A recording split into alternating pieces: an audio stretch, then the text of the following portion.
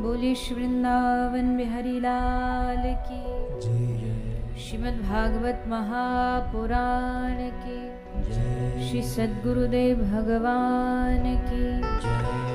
गौ माता की जय। सत्य सनातन धर्म की जय। जय जय श्री राधे, जय जय श्री राधे, जय जय श्री राधे। निताई गौर हरि।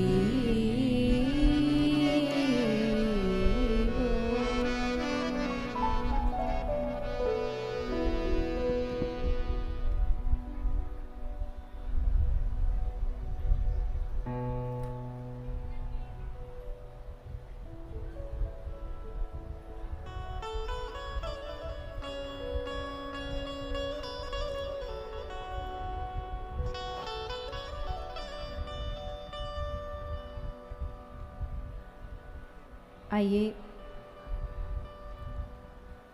चित्सार सिंधु सर्वस्व भगवान श्री राधे गोविंद के चरण कमलों का ध्यान करते हुए सभी श्रीमद् भागवत गंगा में प्रवेश करेंगे। पधारे हुए सभी हरिभक्तों वैष्णव जनों के चरणों में व्यासपीठ की ओर से आप सभी को मेरा प्रणाम। आज हम सभी कथा के चतुर्थ दिवस में प्रवेश कर रहे हैं। भगवान की प्रागट्य की कथा आज हम सभी सुनने और उत्सव मनाने जा रहे हैं। उससे पूर्व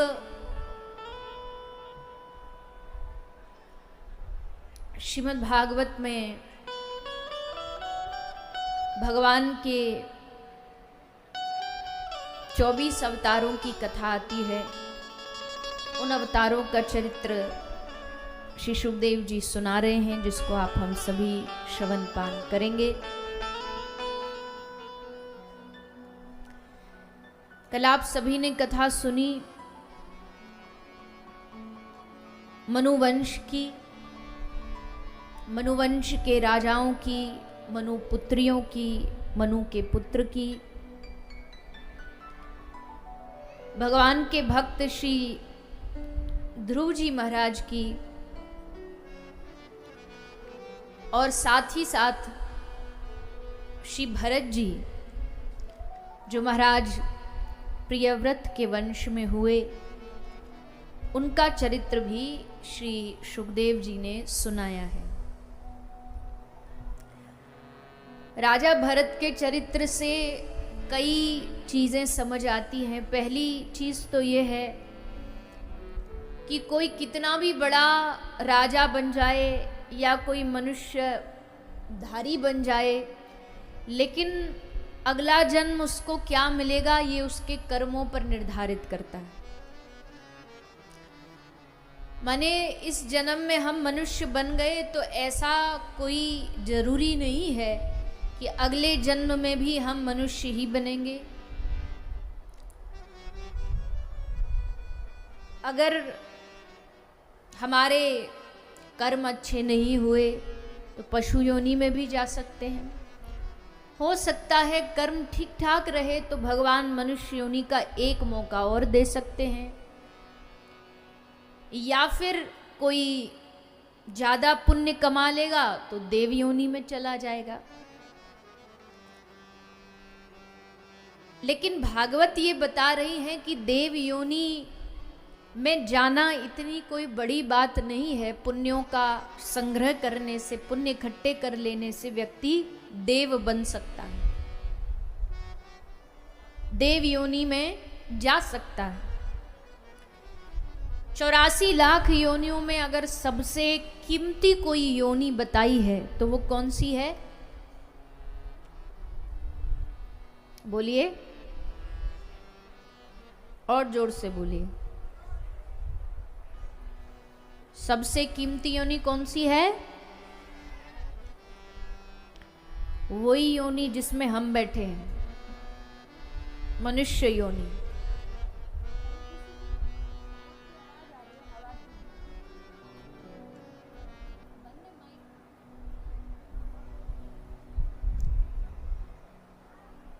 देव योनि यानी देवताओं का जो जीवन, देवताओं का जो जन्म है वो तो श्रेष्ठ है ही, पर अगर पूछा जाए तो कहा है कि सबसे जो कठिन कीमती योनि होती है वो मनुष्य योनि होती है।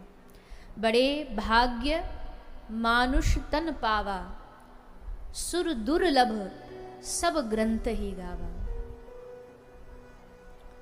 बड़े भाग्य से ये मनुष्य जीवन प्राप्त हुआ है। तो कोई ये बात न सोच ले कि इस जन्म में हम मनुष्य बन गए, अब तो फिर हर जन्म, अगला जन्म हमको मनुष्य योनि का ही प्राप्त होगा। नहीं नहीं, भरत जी जैसे राजा जिनको भगवान में इतनी श्रद्धा थी, इतना विश्वास था, लेकिन एक हिरण शावक, मृग शावक में मोह जाने के कारण अगला जन्म हिरण का मिल गया।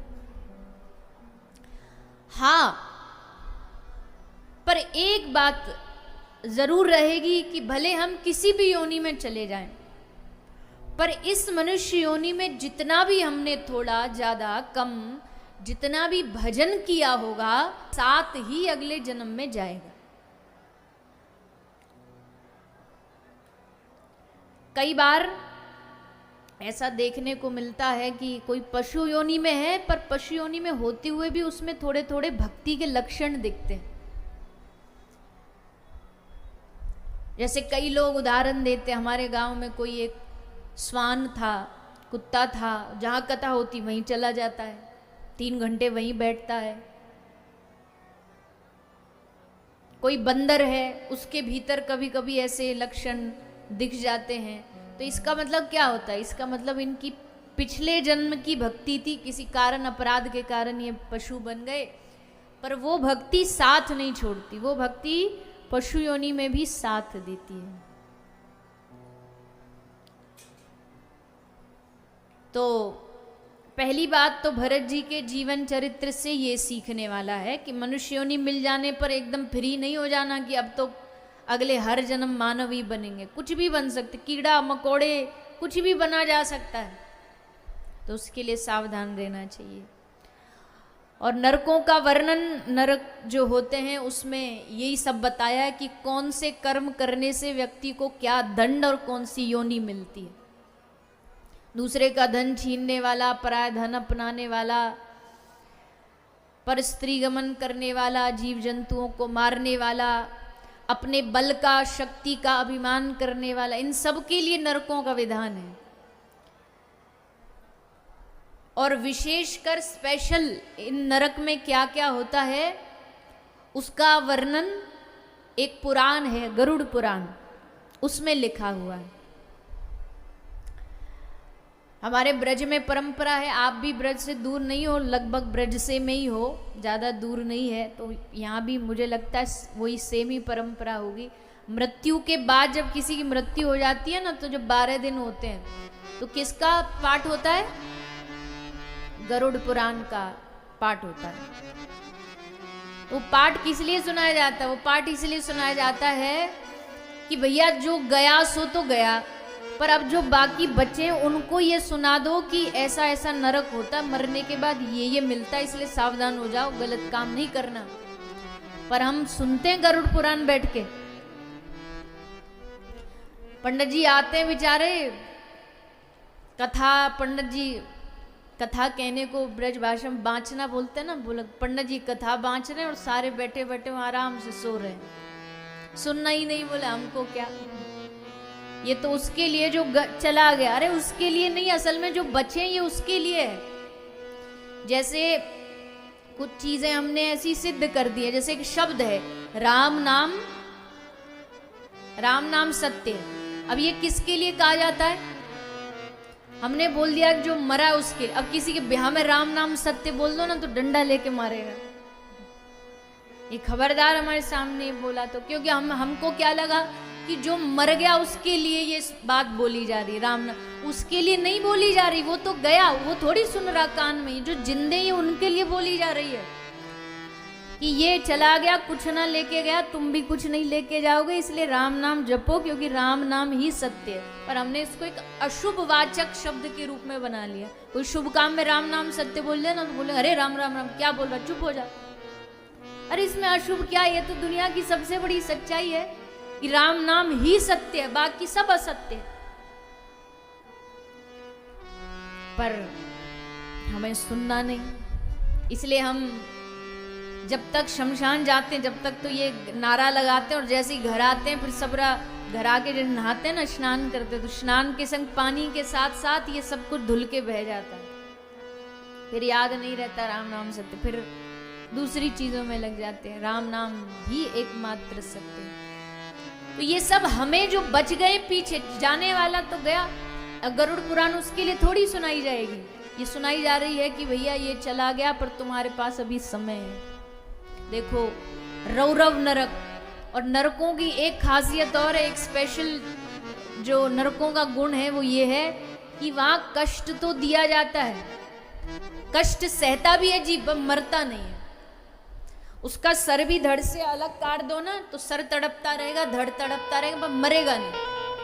ऐसा उस नरकों का विधान भगवान ने बनाया। वो बने इसलिए कि यहाँ कष्ट भोगे, बस मरेगा नहीं, तड़पता रहेगा, खूब तड़पेगा, चीखेगा, चिल्लाएगा, पर उस समय सुनने वाला कोई भी नहीं होगा। इसीलिए भगवान ने, शास्त्रों ने हमें ये ग्रंथ दे दिए, भागवत दे दी, गरुड़ पुराण दे दी, रामचरितमानस दे दी, जिसको सुनो और सुन करके फिर कोई भी गलत आचरण हो उससे बचने का प्रयास करो। तो श्री शुकदेव जी ने नरकों का वर्णन सुनाया। अब इस नरक में देखो ये भी आता है कि किसी सज्जन का, साधु का, ब्राह्मण का अपमान करोगे तो भी नरक जाना पड़ेगा। अब राजा परीक्षित तो एकदम घबरा गए, क्योंकि जिसने ये पाप किया है उसी के कारण तो 7 दिन में मृत्यु का शाप मिला है।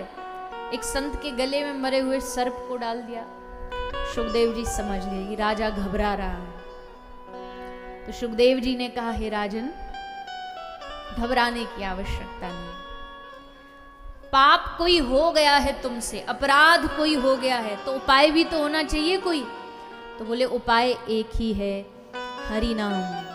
भगवान के नाम का जो जाप करेगा, भगवान का नाम उसके सब पापों का नाश कर देगा।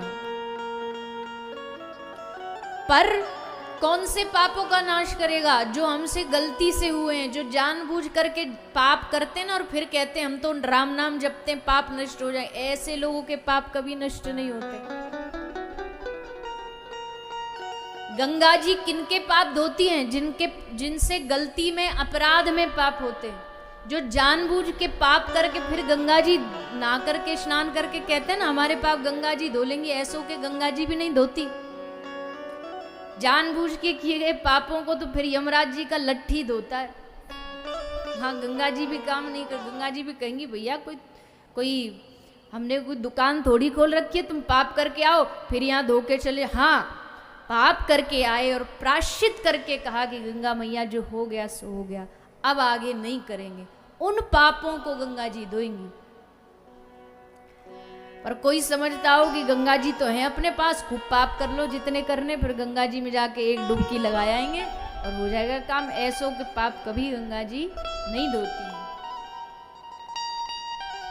शास्त्र कहता है ये तो कुंजरवत स्नान, कुंजर जैसे, कुंजर माने हाथी, हाथी के स्नान जैसा। हाथी क्या करता है? हाथी तालाब में नहा के आएगा और स्नान करके फिर किनारे पर आके माटी में फिर लोटपोट हो जाएगा।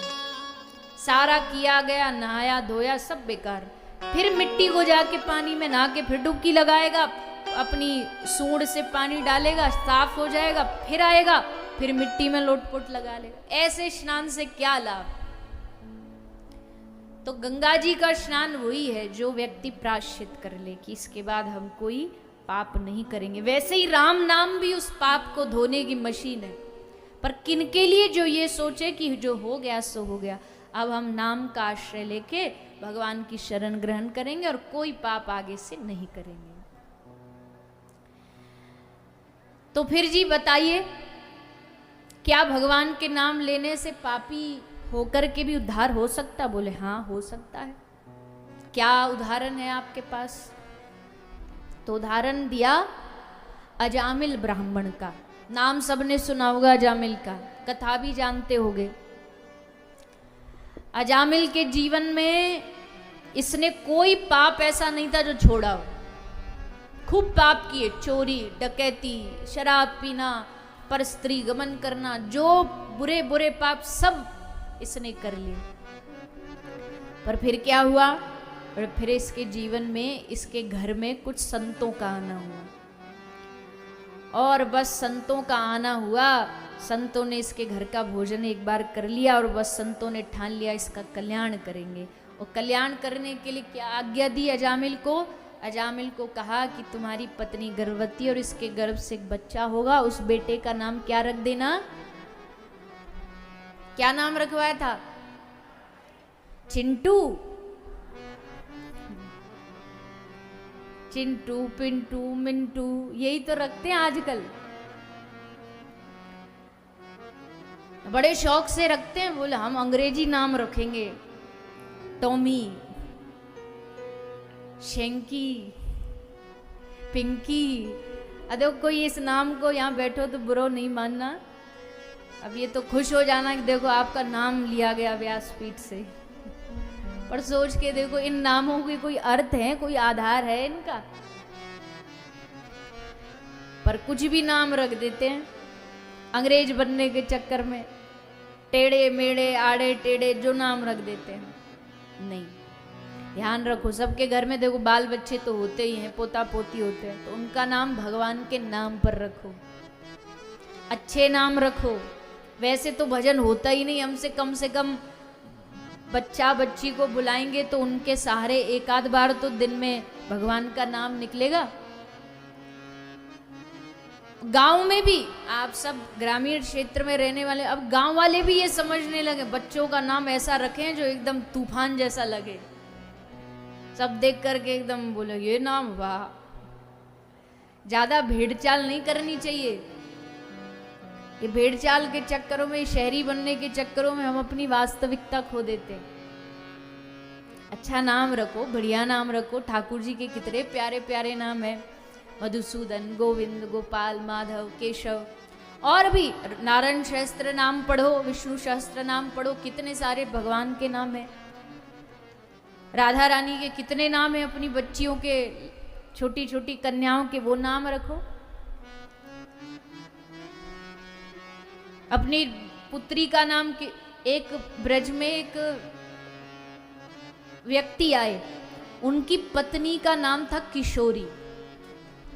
उनकी पत्नी का क्या नाम था? किशोरी। तो पत्नी से बहुत प्रेम करते थे, अथाह प्रेम करते, उसके बगैर जी नहीं सकते थे। पर एक दिन किशोरी संग छोड़ के चली गई, मतलब भगवान के धाम चली गई, मर गई। अब तो महाराज वो कैसे जिए, दिन रात उसकी याद करते। एक बार कुछ उनके घर के आसपास से कुछ लोग बरसाना आ रहे थे, तो वैसे ही मन तो इनका लगता ही नहीं था। सोचा चलो हम भी चले जाते, हम भी दर्शन कराते। तो बरसाना आ गए। और बरसाना आके गहवर वन की कुंज गलियों में रात हो रही थी। रात का समय था, एकदम जंगल था, वन था। और जो ऐसा कहते हैं कि प्रेमी को एकांत में अपने प्रियतम की बहुत याद आती है, तो बस पूरी रात जोर जोर से चिल्लाने लगे, हा किशोरी, हा किशोरी, मैं तेरे बिना जी नहीं सकता, तुम मुझे कब मिलोगी, कहाँ गई तुम, कहाँ हो, हा किशोरी। खूब जोर जोर से ऐसे चिल्ला चिल्ला के रो रहे थे। तो किशोरी किसका नाम है? बोलो ना जोर से। राधा रानी का। तो राधा रानी ने जैसे सुना तो तुरंत ललिता सखी को, अपनी सखी को बोली, ललिता कोई मुझे पुकार रहा है, कोई मेरा नाम ले रहा। तो ललिता हंस पड़ी, बोली आप बड़ी भोली हो किशोरी, जो आपका नाम नहीं ले रहा, अपनी पत्नी को बुला रहा है। अपनी पत्नी को रो रो के हा किशोरी, हा किशोरी, अपनी पत्नी के मोह में फंसा हुआ है। तो किशोरी जो कहती हैं, मेरा नाम किशोरी है, आदि पहला जो नाम है वो दुनिया में बाद में किसी का हो, पर आदि जो पहला नाम किशोरी वो मेरा है, इसलिए ये मेरा नाम ले रहा है। मुझे नहीं पता कौन इसकी पत्नी, कौन इसकी बच्ची, इसने किशोरी बुलाया मतलब मुझे बुला रहा, जाओ इसको लेकर के आओ, इसको ऐसे मैं तड़पता नहीं छोड़ सकती। तो राधा रानी की बात को कैसे टाल सके, सो आ गई ललिता सखी ने आकर के कहा कि चल तुझे किशोरी जी बुला। उसको किशोरी पता ही नहीं कौन है, उसको यही नहीं पता कि ये राधा रानी किशोरी हो, अपनी पत्नी को बुला रहा। पर जैसे ललिता सखी को देखा ना तो कहते जितनी शक्ति राधा रानी में उतनी उनकी सखियों में। ललिता को देख के एकदम भाव बदल गया उनका, एक क्षण लगा उनका मन बदलने में, और ललिता सखी उनको किशोरी जी के पास ले। दर्शन हुआ और ऐसा दर्शन हुआ कि कभी बरसाना छोड़ के गए ही नहीं, ब्रज में ही रह गए, और नाम उनका पड़ा अली किशोरी। इतने सारे पद हैं उनके, लिखा करते थे बरसाना में, पड़े पड़े लिखते थे अली किशोरी नाम से। बहुत सारे पद उनके नाम से गाए जाते हैं, नाम ही अली किशोरी पड़ गया। तो इसका मतलब भाव कहने का यही है कि अपने घर के सब परिवारजनों के नाम अच्छे अच्छे रखो, भगवान के नाम पे रखो तो भगवान की कृपा होगी। अब बजानी है तो फिर जोर से बजाओ। ताली बजा रहे हो मतलब बात फिट बैठ गई आपको। हाँ, अब घर जाके किसी का हो भी ना उल्टा सीधा नाम तो जाके तुरंत बदल देना, भैया ये सब नाम टप्पू पप्पू ये सब हो गया बहुत, अब ठाकुर जी का नाम रखेंगे, उनके नाम पे रखेंगे। तो नारायण नाम, नारायण नाम अजामिल लेता था, लेता बेटे का ही था, पर भगवान तो बड़े दयालु है ना, जैसे नारायण कहता भगवान कहते हमें याद कर रहा है। और महाराज गजब तो तब हुआ मृत्यु के समय, जहां जीव की जिव्या पर कभी भी भगवान नाम नहीं निकलता, आज अजामिल के प्राण जैसे खिंचे, तुरंत जोर से चीख करके चिल्ला करके पुकारा, हे नारायण मुझे बचा लो, हे नारायण मेरी रक्षा करो। जैसे नारायण नाम उच्चारण किया, अभी तक तो यमदूत आए थे लेने के, पाप किए थे जीवन में, पर नारायण नाम सुनते ही वहां चारों ओर विष्णु भगवान के पार्षद प्रकट हो गए। खबरदार इसको हाथ लगाया तो यमदूत बोलते आप इसकी हिस्ट्री जानते नहीं हो, बड़े खराब खराब काम किए हैं इसने, ये नरक में ही जाने योग्य है। विष्णु दूतों ने कहा चाहे इसने कितने भी बुरे काम किए, इसने अंत समय में हमारे स्वामी का नाम लिया है, ये नरक जाना छोड़ो, नरक की ओर देखने के लायक भी अब ये नहीं बचा, इसको तो अब सीधा हम भगवान के धाम लेकर के जाएंगे। दोनों में बातचीत हो गई, अजामिल सब सुन रहा कान लगा के, ये दोनों आपस में पार्षद लड़ रहे हैं, वो कह रहा है नरक, वो कह रहा है भगवत धाम। अजामिल देख रहा है। आखिर निर्णय ये हुआ, विष्णु दूतों ने कहा इसको एक मौका और दिया जाए, इसको फिर से जीवन दान दे दिया। विष्णुदूत भी छोड़ के चले गए, यमदूत भी छोड़ के चले गए। अब अजामिल को बुद्धि आई, अजामिल ने सोचा रे बावरे, तूने सारे जीवन अपने बेटे का नाम पुकारा, बिना जान के इस नाम के महत्व को समझे नारायण नाम पुकारा, तो तू नरक से बच गया। अगर तू इसी नाम को दिल से श्रद्धा से भाव से लेगा तो सोच तेरी क्या गति होगी। बस तुरंत अजामिल सब छोड़ छाड़ के भगवान के नाम में लग गए। भगवान का नाम अब एकदम मन से दिल से चित्त लगा करके श्री अजामिल जी महाराज लिया करते, और अंत में श्री अजामिल जी को भगवान की प्राप्ति हुई। इस प्रकार अजामिल की ये दिव्य कथा श्री सुखदेव जी ने सुनाई। आगे देवताओं ने भगवान की स्तुति की है, भगवान से भारत भूमि में जन्म हो ऐसा वरदान मांगा। व्रतासुर की कथा आई। व्रतासुर ने भगवान, एक दैत्य था लेकिन इसने भगवान से क्या मांगा है। व्रतासुर की स्तुति बड़ी सुंदर है, एक आध श्लोक उसके हम गाते हुए आगे बढ़ेंगे।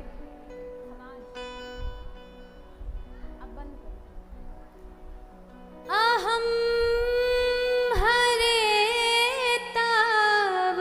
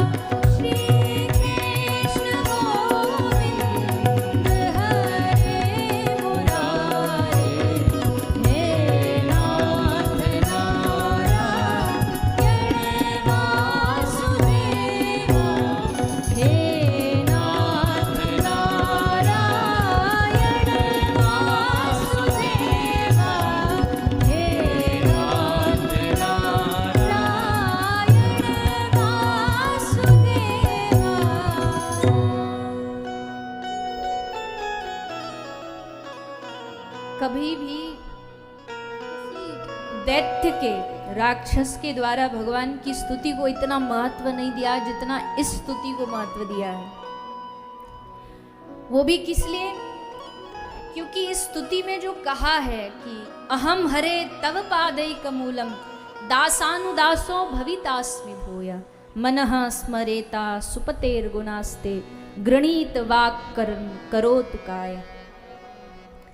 क्या मांगा वृत्तासुर ने? दुनिया कहती है भगवान अपना भक्त बना दो, पर वृत्तासुर एक कदम और आगे बढ़ता है और कहता है मुझे आपका भक्त नहीं बनना, दासानुदासो भवितास्मि भूया, मुझे अपने भक्तों का भक्त बना दो।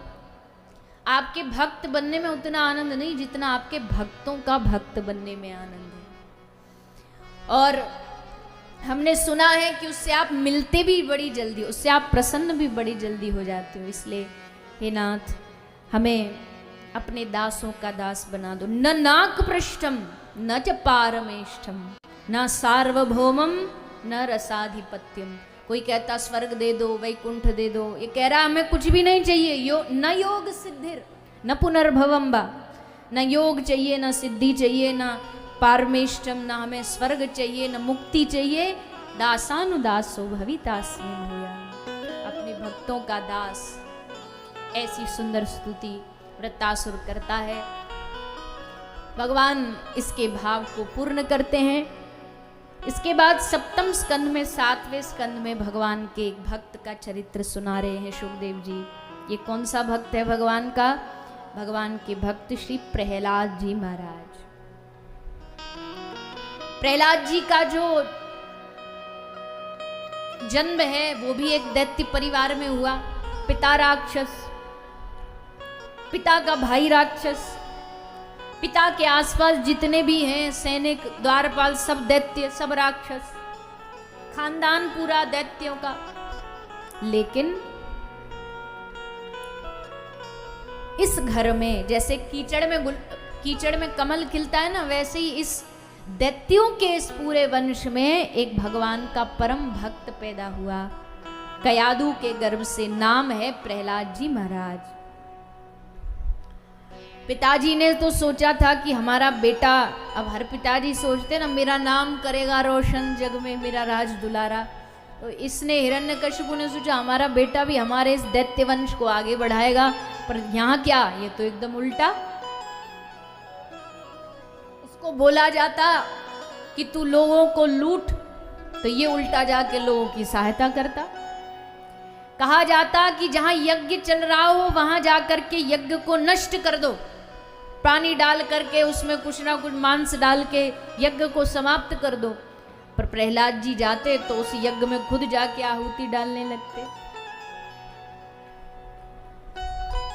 पिता को लगा कोई नहीं, अभी तो बच्चा है, हो सकता कोई इसको पढ़ाई लिखाई करवाओ, पढ़ाई भी ऐसी करवाओ दैत्य विद्या, राक्षसी विद्या, सीखेगा, पढ़ेगा, लिखेगा तो थोड़ी बुद्धि आएगी। अब सिखाने भेज दिया गुरुजी के पास गुरुकुल में, लेकिन वहां तो एकदम सब कुछ उल्टा। वहां गुरुजी इनको नहीं पढ़ाते थे, उल्टा प्रहलाद जी गुरुजी को पढ़ाते थे। गुरुजी को कहते, अरे गुरुजी कहाँ आप हमारे पिताजी की चाकरी में लगे हो, इनकी चापलूसी करते रहते हो, आप भी हमारे साथ बैठो, नारायण नाम करो। साथियों से कहते, जैसे गुरुजी थोड़ी देर के लिए कोई काम के लिए बाहर जाते ना, प्रहलाद जी को लगा यही चांस मिल गया, अब अपने संग के साथियों को सिखाने लग जाते, भैया देखो मनुष्य जीवन एक बार मिला है, ऐसा करो वैसा करो, भगवान की भक्ति करो। कुछों की बुद्धि में बैठ जाता तो प्रहलाद के संग कीर्तन करने लगते। अब तो हिरण्यकशिपु ने देखा कि भैया ये रोग तो अब धीरे धीरे फैल रहा है, भक्ति क्या भजन क्या, ये छुआछूत का रोग है।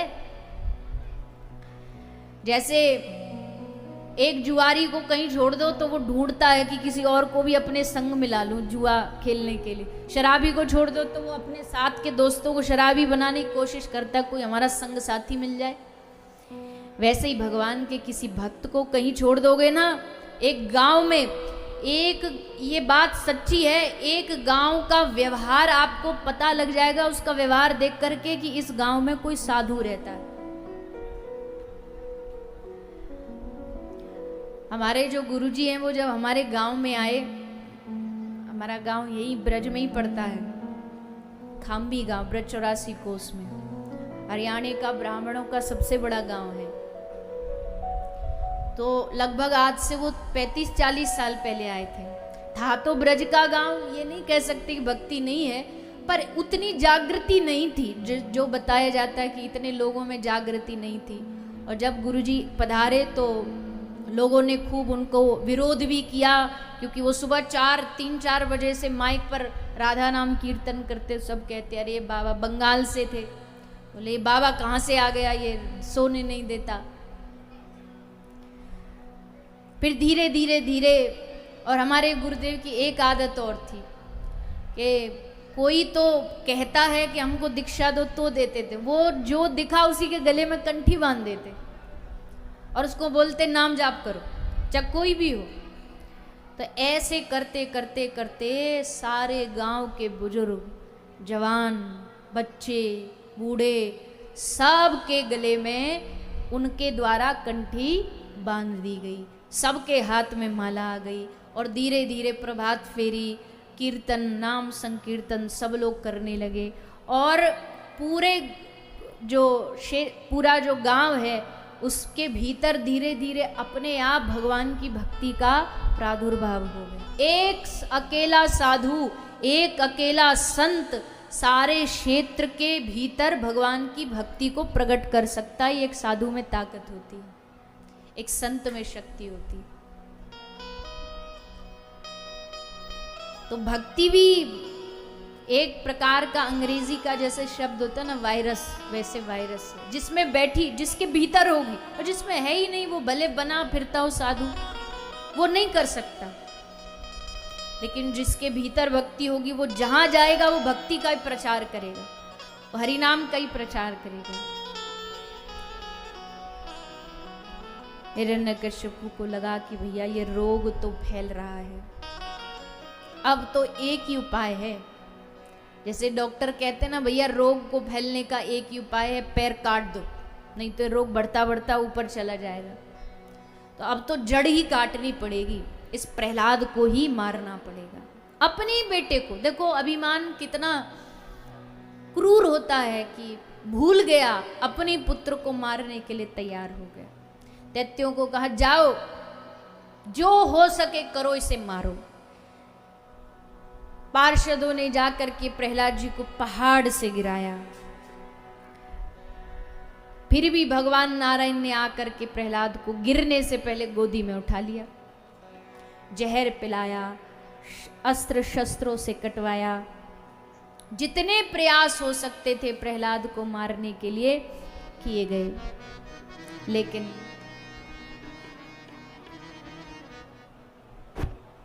श्री प्रहलाद जी का कोई बाल बांका कर नहीं पाया, क्योंकि कहावत है ना, जाको राखे साइया मार सके ना कोई, बाल न बांका कर सके जो जग बैरी होए। सारी दुनिया ठान ले कि हमें मारना है, पर अगर वो ऊपर वाला ठान ले ना बचाना है, तो कोई किसी का बाल बांका नहीं कर सकता। और वो उसमें भी ऐसा शरणागत भक्त हो तो फिर भगवान कैसे ना उसकी सहायता करे। पर शर्त है, सहायता उसी की करेंगे भगवान जो अपने जीवन की डोर भगवत चरणों में सौंप देता है। यानी जब सब जगह के आश्रय छूट जाएं, टूट जाएं, खत्म हो जाएं, लेकिन भगवान का भगवत आश्रय जब काम करता है तो सारे आश्रय छोटे पड़ जाते हैं, फीके पड़ जाते हैं। और प्रहलाद जी की कथा उस आश्रय की ही कथा है, उस समर्पण की ही कथा है। कैसे, किस प्रकार एक अकेला बालक पूरे राज्य के विरोध में खड़ा हो गया। किसके बल पर? भगवान नाम के बल पर। मारना है पिताजी मार डालो, जिव्या काटनी है काट डालो, लेकिन हमारी जिव्या तो भगवान का नाम लेगी ही लेगी, चाहे उसके लिए आप कुछ भी प्रयास कर लीजिए। पिता ने भी प्रयासों में कोई कमी नहीं छोड़ी। हिरण्यकशिपु प्रयास करता रहा, कोशिश करता रहा, हर कोशिश नाकाम हुई। और अंतिम कोशिश, जब हिरण्यकशिपु को लगा अब तो ये मामला हाथ से बाहर निकल गया, अब हमारे बस में है नहीं, अब तो कैसे इस बालक को मारा जाए, तो उसी से पूछा कि तू किसके भरोसे इतना इतराता फिरता है, तुझ में इतनी शक्ति इतना बल किसके भरोसे है? कहा मेरे भगवान के भरोसे, मेरे नारायण के विश्वास पर मैं इतराता हूं। पर ये तेरा नारायण दिखता तो है नहीं, छुपा तो बैठा है। अगर इतनी इसमें हिम्मत है तो आए ना हमारे सामने, मेरे सामने आए, सामने आकर के युद्ध करे। तू बता, तू दिन रात नारायण नारायण बोलता रहता, तुझे पता कहाँ रहता है तेरा नारायण? प्रहलाद जी ने कहा कि पिताजी आपका प्रश्न ही गलत है, ये मत पूछो कहाँ रहता है, पूछो कहाँ नहीं रहता वो, कहाँ नहीं है वो। आप नहीं बोल रहे, आपके भीतर नारायण बैठा आपसे बुलवा रहा है। मैं नहीं बोल सकता, मेरी शक्ति नहीं, नारायण जल में, थल में, आकाश में, पाताल में, गगन में, भवन में, हर जगह हर स्थान पर भगवान नारायण विराजमान है। अच्छा तो बता कहाँ है तेरा नारायण? क्या इस खंबे में भी है? हाँ पिताजी, मेरा नारायण तो इस खंबे में भी, अगर आप देखोगे तो इसमें भी दिख जाएगा। बस प्रहलाद का विश्वास तो था ही, पर हिरण्यकश्यपु को भी विश्वास हो गया कि इस खंबे में ही नारायण छुपा बैठा है। सो निकाला गदा और खंबे में जोर से प्रहार किया, खंबा फटा और खंबे से श्री नरसिंह भगवान का प्रादुर्भाव हो गया। बोलिए नरसिंह भगवान की जय।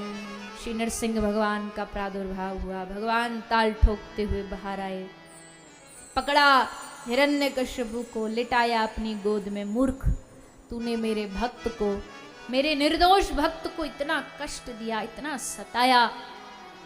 आज सारा क्रोध जो भगवान के भीतर भरा हुआ है, आज भगवान हिरण्यकश्यपु पर उतारते हैं। उसके 6 वरदान जो उसने मांगे थे ब्रह्मा जी से, उनका निदान भी कर दिया भगवान ने, और अपने नाखूनों से इस हिरण्यकश्यपु का उदर फाड़ डाला। हिरण्यकश्यपु के मरते ही 2 तरह के लोग होते हैं। एक मरता है तो दुनिया बड़ी दुखी होती है, भैया इतना भला आदमी दुनिया से चला गया। एक मरता है तो महाराज मन में आनंद की लहर दौड़ आती है, बढ़िया रहा ये झंझट चला गया। रोज कलेश करता था, रोज परेशान करता था। सो महाराज हिरण्यकश्यपु मरा तो ढोल नगाड़े बजे, फूल बरसे, देवताओं ने बरसाए कि इसने हमारे बड़े प्राण, दिन रात कष्ट देता था, कुछ करने नहीं देता था। बड़े प्रसन्न हुए। श्री प्रहलाद जी महाराज भगवान के समीप पधारे, गोद में भगवान ने प्रहलाद को बिठाया, और जैसे गाय एक नवजात बछड़े को चाट चाट के अपना दुलार करती है ना, वात्सल्य करती है, वैसे श्री नरसिंह भगवान अपनी जिह्वा से, अपने हाथ से प्रहलाद के सर पर दुलार करते हैं, प्यार करते हैं। प्रहलाद कह रहा प्रभु मेरी वजह से आपको कष्ट पाना पड़ा। भगवान कह रहे नहीं, तुझे मेरी वजह से कष्ट उठाना पड़ा। गलती तेरी नहीं, गलती मेरी है। देख कितने दिन तक आया नहीं मैं, पर अब आ गया हूं। तो बेटा तू जो भी तेरे मन का भाव हो, कोई भी वरदान मांगना चाहता है तो मांग ले। प्रहलाद जी ने कहा प्रभु ऐसा क्यों कह रहे हैं आप? मेरी भक्ति में कोई कमी है क्या जो आपको लगता है कि अभी भी मुझे कुछ मांगना चाहिए? नहीं नहीं पुत्र, तूने इतना कष्ट सहन किया इस पापी इस अत्याचारी का, तो कुछ तो मांगना। कहा कि ठीक है, तो फिर भक्ति दे दो अपनी, वो भी निष्काम भक्ति, हेतु रहित भक्ति मुझे प्रदान करो। भगवान ने इसके भाव को पूर्ण किया, कृपा की प्रहलाद जी पर कृपा हुई। भगवान ने आशीर्वाद दिया, अपने धाम प्रभु चले गए। इस प्रकार श्री सुखदेव जी ने राजा परीक्षित को भगवान के इस भक्त का चरित्र सुनाया। नरसिंह भगवान के प्रादुर्भाव का ये चरित्र सुनाया गया 7वें स्कंद में। और फिर 8वें स्कंद में, अष्टम स्कंद में भगवान के एक और भक्त का चरित्र है। ये कौन सा भक्त है भगवान का? बोले आपने मनुष्य रूप के भक्तों के बारे में तो बहुत सुना होगा, मानव जो हैं, पर क्या आपने कभी सोचा कि कोई पशु भी भगवान का भक्त हो सकता है? पशु पर भी भगवान कृपा कर सकते हैं? बोले हाँ। एक त्रकूट पर्वत पर गजेंद्र रहा करता था, एक हाथी रहता था। इस गजेंद्र के पास में एक बड़ी शक्ति थी, बड़ा बलशाली, इसके भीतर बहुत बल था और उस बल का इसको अभिमान भी था कि हम बड़े शक्तिशाली हैं, हम बड़े बलशाली हैं, हमारे सामने कोई मुकाबला कर नहीं सकता। इसको बड़ा अभिमान था। लेकिन ऐसों का ही अभिमान भगवान सबसे पहले नष्ट करते हैं, तोड़ते हैं। कैसे नष्ट किया? बोले एक बार अपने पूरे परिवार के साथ ये एक सरोवर में स्नान के लिए गया था। नहाते नहाते ग्राह ने, एक मगर ने इस गजेंद्र का पांव पकड़ लिया। ग्राह ने, मगर ने पांव पकड़ा। बल तो था ही, तो इसके लिए एक मगर को हराना कोई बड़ी बात थी नहीं, इसलिए इसने सोचा रे इतनी टेंशन काहे को लेनी, ये तो हमारे बाएं हाथ का कमाल है, फेंकेंगे दूर पड़ेगा जा करके। लेकिन गजेंद्र भूल गया कि मगर क्या है, मगर है काल। जब काल आके पकड़ता है ना, तो बड़े बड़े उससे छुड़ाने की कोशिश करते हैं, पर उससे छूट नहीं पाते। काल आता है अपनी बाह फैला करके। तो गजेंद्र ने प्रयास किया, पहले अपने बल से प्रयास किया छूटने का, नहीं छूट पाया। फिर जब अपना शरीर थक गया, हार गया, तो इस गजेंद्र ने भगवान की अपने परिवार की ओर देखा। इसको लगा चलो कोई बात नहीं, हमारे जो आसपास ही खड़े हैं सारे, सुख में हमारे संग थे, हमारे साथ यहाँ आए थे, अब यही साथ देंगे। पर चाहे पशु हो, चाहे मानव हो, चाहे सुरमुनि हो, चाहे देव हो, सुरमुनि जन सबकी यह रीति, स्वार्थ लाग करही सब प्रीति। एक ही रीति है सबकी कि यहाँ सब स्वार्थ से ही एक दूसरे से प्रेम करते हैं, बिना स्वार्थ के कोई प्रेम नहीं करता है। जब तक लगा गजेंद्र हमारे काम काज हो तो साथ रहे, पर जब लगा कि अब तो ये यहीं मरेगा, तो सोचा कि हम भी या काय को इसके साथ खड़े होकर के मरें, इससे अच्छा हम ये जगह छोड़ के चले जाते। सब छोड़ करके चले गए। अब गजेंद्र चारों ओर देख रहा है, कोई बचाने वाला आ जाए, कोई बचा ले। हारता जा रहा है, थकता जा रहा है, डूबता जा रहा है पानी में, जल में, भीतर डुबाता जा रहा है ग्राह उसे। और जब गजेंद्र ने देखा कि अब कोई चांस, कोई रास्ता बचा नहीं है बचने का, अब तो एक ही रास्ता है। पूर्व जन्म याद आया, पूर्व काल याद आया, भगवान की स्मृति हुई और भगवान को पुकारना आरंभ कर दिया, भगवान की स्तुति की। कोई नाम लेकर के नहीं। गजेंद्र की स्तुति में एक विचित्र ये बात है कि इस गजेंद्र ने किसी भगवान का नाम नहीं लिया है, बस पुकारा है भगवान को कि जो दुनिया को चलाने वाला, जो नाथ है, वो मुझे बचा ले। सब देवी देवताओं ने सोचा जब हमारा नाम ले ही नहीं रहा तो हम क्यों जाएं, पहले हमारा नाम ले तब जाएंगे। पर श्री हरि ने सोचा कि जो किसी का नाम नहीं है वो मेरा नाम है। ये पुकार रहा है ना, जगत नियंता कौन है? मैं हूं, भले नाम ले न ले। ये भगवान तो इतने कृपालु हैं कि द्रौपदी नाम नहीं ले रही तो ये वहां बैठे बैठे झटपटा रहे हैं कि अरे नहीं लेगी, कुछ भी नहीं बोलेगी और तब हम चले जाएंगे तो फिर लोग भी थोड़ा सा कहेंगे ना कि ठाकुर जी तो बड़े भेदभाव करते हैं। तो इसलिए चाहते एक बार, भले पूरा भी ना बोल पाए, आधा ही नाम बोल दे हमारा। आधा नाम भी ले लेगी तो हम इतने बहाने से बोल देंगे कि बुलाया ना हमको, आधा नाम लिया।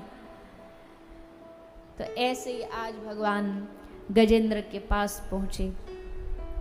गजेंद्र ने देखा श्री हरि मेरी ओर बढ़ रहे हैं, क्या अर्पित करूं भगवान को? अपनी सूंड से उसी सरोवर में कमल लगे थे वो तोड़ के भगवान को समर्पित कर दिया। भगवान ने देखा अरे इतना कष्ट सहन कर रहा गजेंद्र, एक क्षण की भी देर करी तो डूब जाएगा। सोई भगवान गरुड़ को छोड़ करके भागे, गरुड़ से कूद गए, उतर गए। भगवान को गरुड़ की स्पीड भी धीमी लग रही है, जबकि दुनिया में सबसे तेज अगर कोई चल सकता है श्री गरुड़ भगवान है, पर भगवान को आज वो गति भी धीमी लग रही। भगवान कह रहे तू जानबूझ के धीरे धीरे चल रहा है, छोड़ा गरुड़ को। और भगवान उतरे गरुड़ से और नंगे पांव भागे भागे भगवान आए। भगवान ने ग्राह और गजेंद्र दोनों को जल से बाहर निकाला सुदर्शन चक्र, और सुदर्शन निकाल करके ग्राह का सर धड़ से अलग कर दिया। ग्राह के भीतर से एक देव प्रकट हुए, भगवान के चरणों की स्तुति की। ये ग्राह भी एक देवता थे, गंधर्व थे।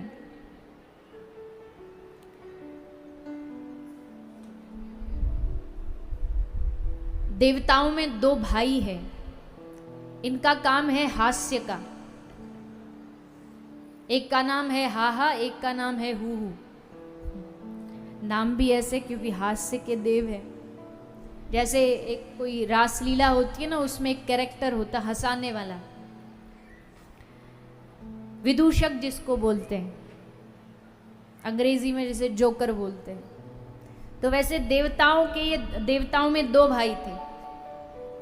तो इसमें से जो दूसरा भाई था हू हू, इसने सोचा हम दुनिया के साथ मजाक करते हैं, दुनिया को हंसाते, क्यों ना किसी साधु के साथ थोड़ा मजाक किया जाए।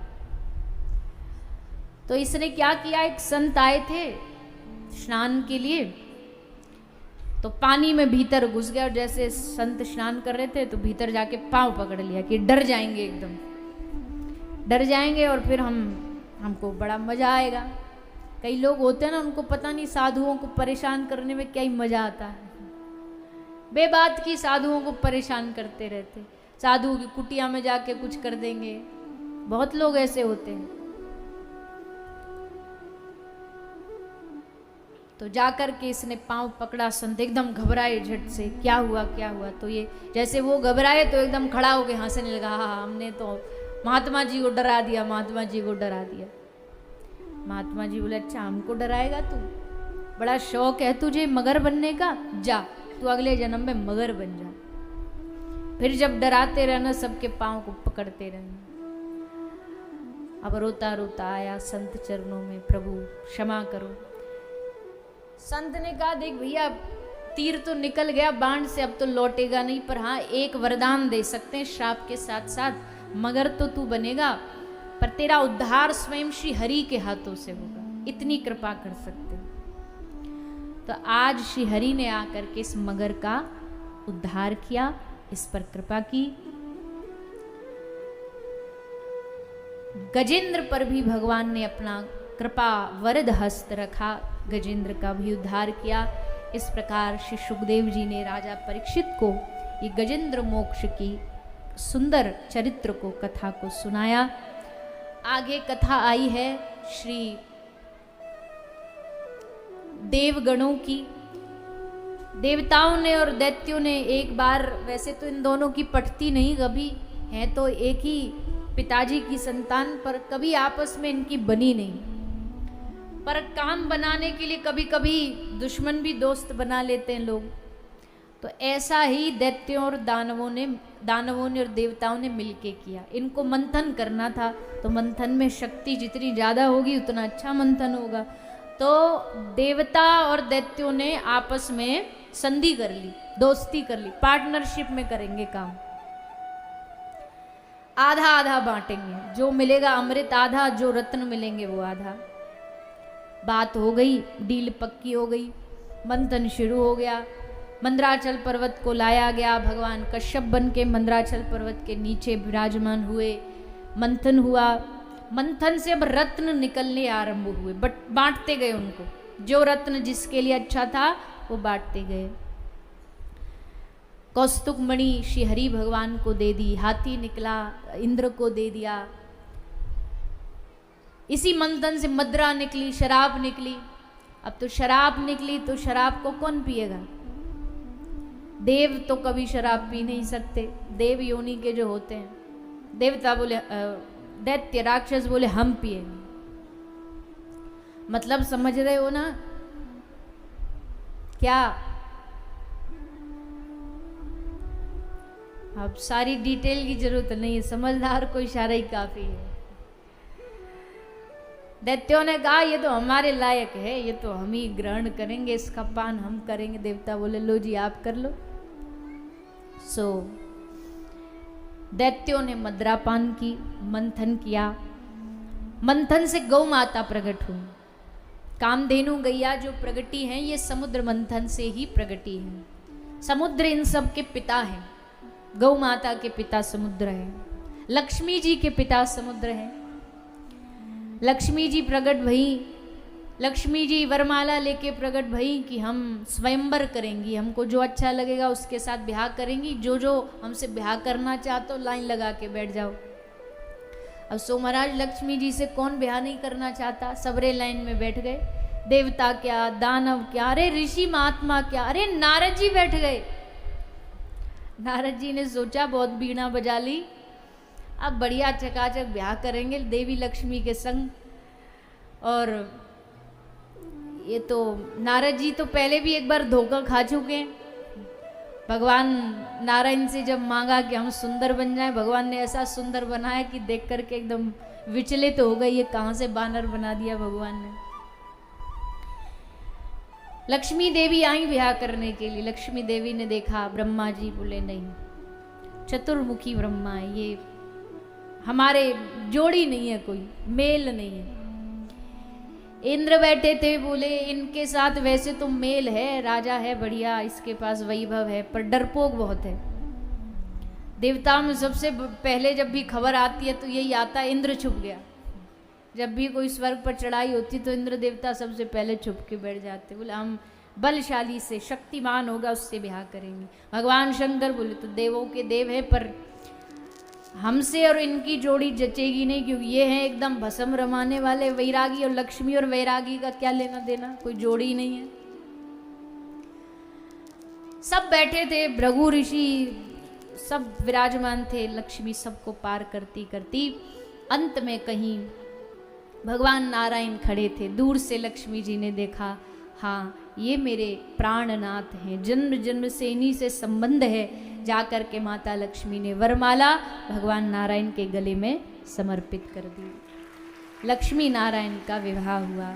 ये विवाह सांसारिक रूप से हुआ, बाकी लक्ष्मी नारायण तो आदि अनादि एक दूसरे के साथ ही है, पर यहाँ पर लक्ष्मी और नारायण का विवाह होता है। फिर मंथन हुआ, क्योंकि अब सब तो निकला, पर जिसके लिए मंथन अमृत तो नहीं निकला। फिर जोर जोर से मंथन शुरू हुआ, और फिर धन्वंतरी भगवान अमृत का पात्र कलश लेकर के प्रकट भये। और जैसे धन्वंतरी भगवान के हाथ में अमृत देखा, दैत्यों ने भाग करके अमृत को झपट लिया और लेकर के उस अमृत को भाग गए। देवता देखते रह गए, बोले भैया हमने मेहनत करी, बात ये हुई थी कि आधा आधा बांटेंगे, अरे तो लेके भाग गया। भगवान के पास गए, बोले प्रभु आप कुछ करो। भगवान बोलते रुको। भगवान ने एक रूप धारण किया, एक अवतार धारण किया। बड़ा विचित्र अवतार है भगवान का। वैसे तो भगवान के बहुत सारे अवतार हैं सुंदर सुंदर, पर उसमें जो ये अवतार है ये बड़ा विचित्र है। मोहिनी अवतार, बड़े सुंदर श्री ठाकुर जी बड़ी सुंदर नारी बन गए।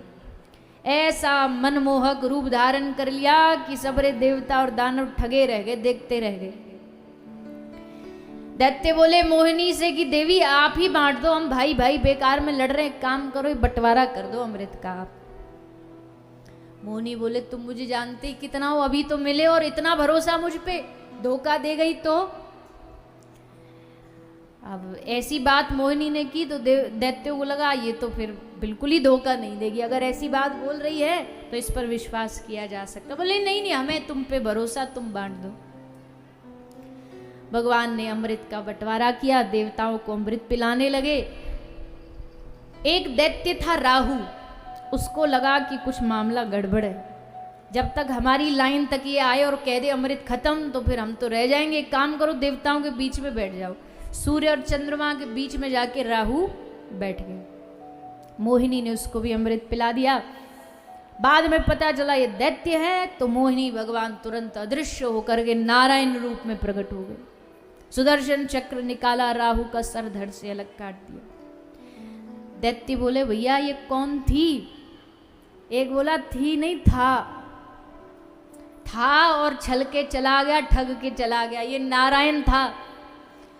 और हमारे साथ ये इतना बड़ा अन्याय, इतना बड़ा धोखा हुआ है। जैसे दैत्यों को पता चला धोखा, तो युद्ध चालू हो गया।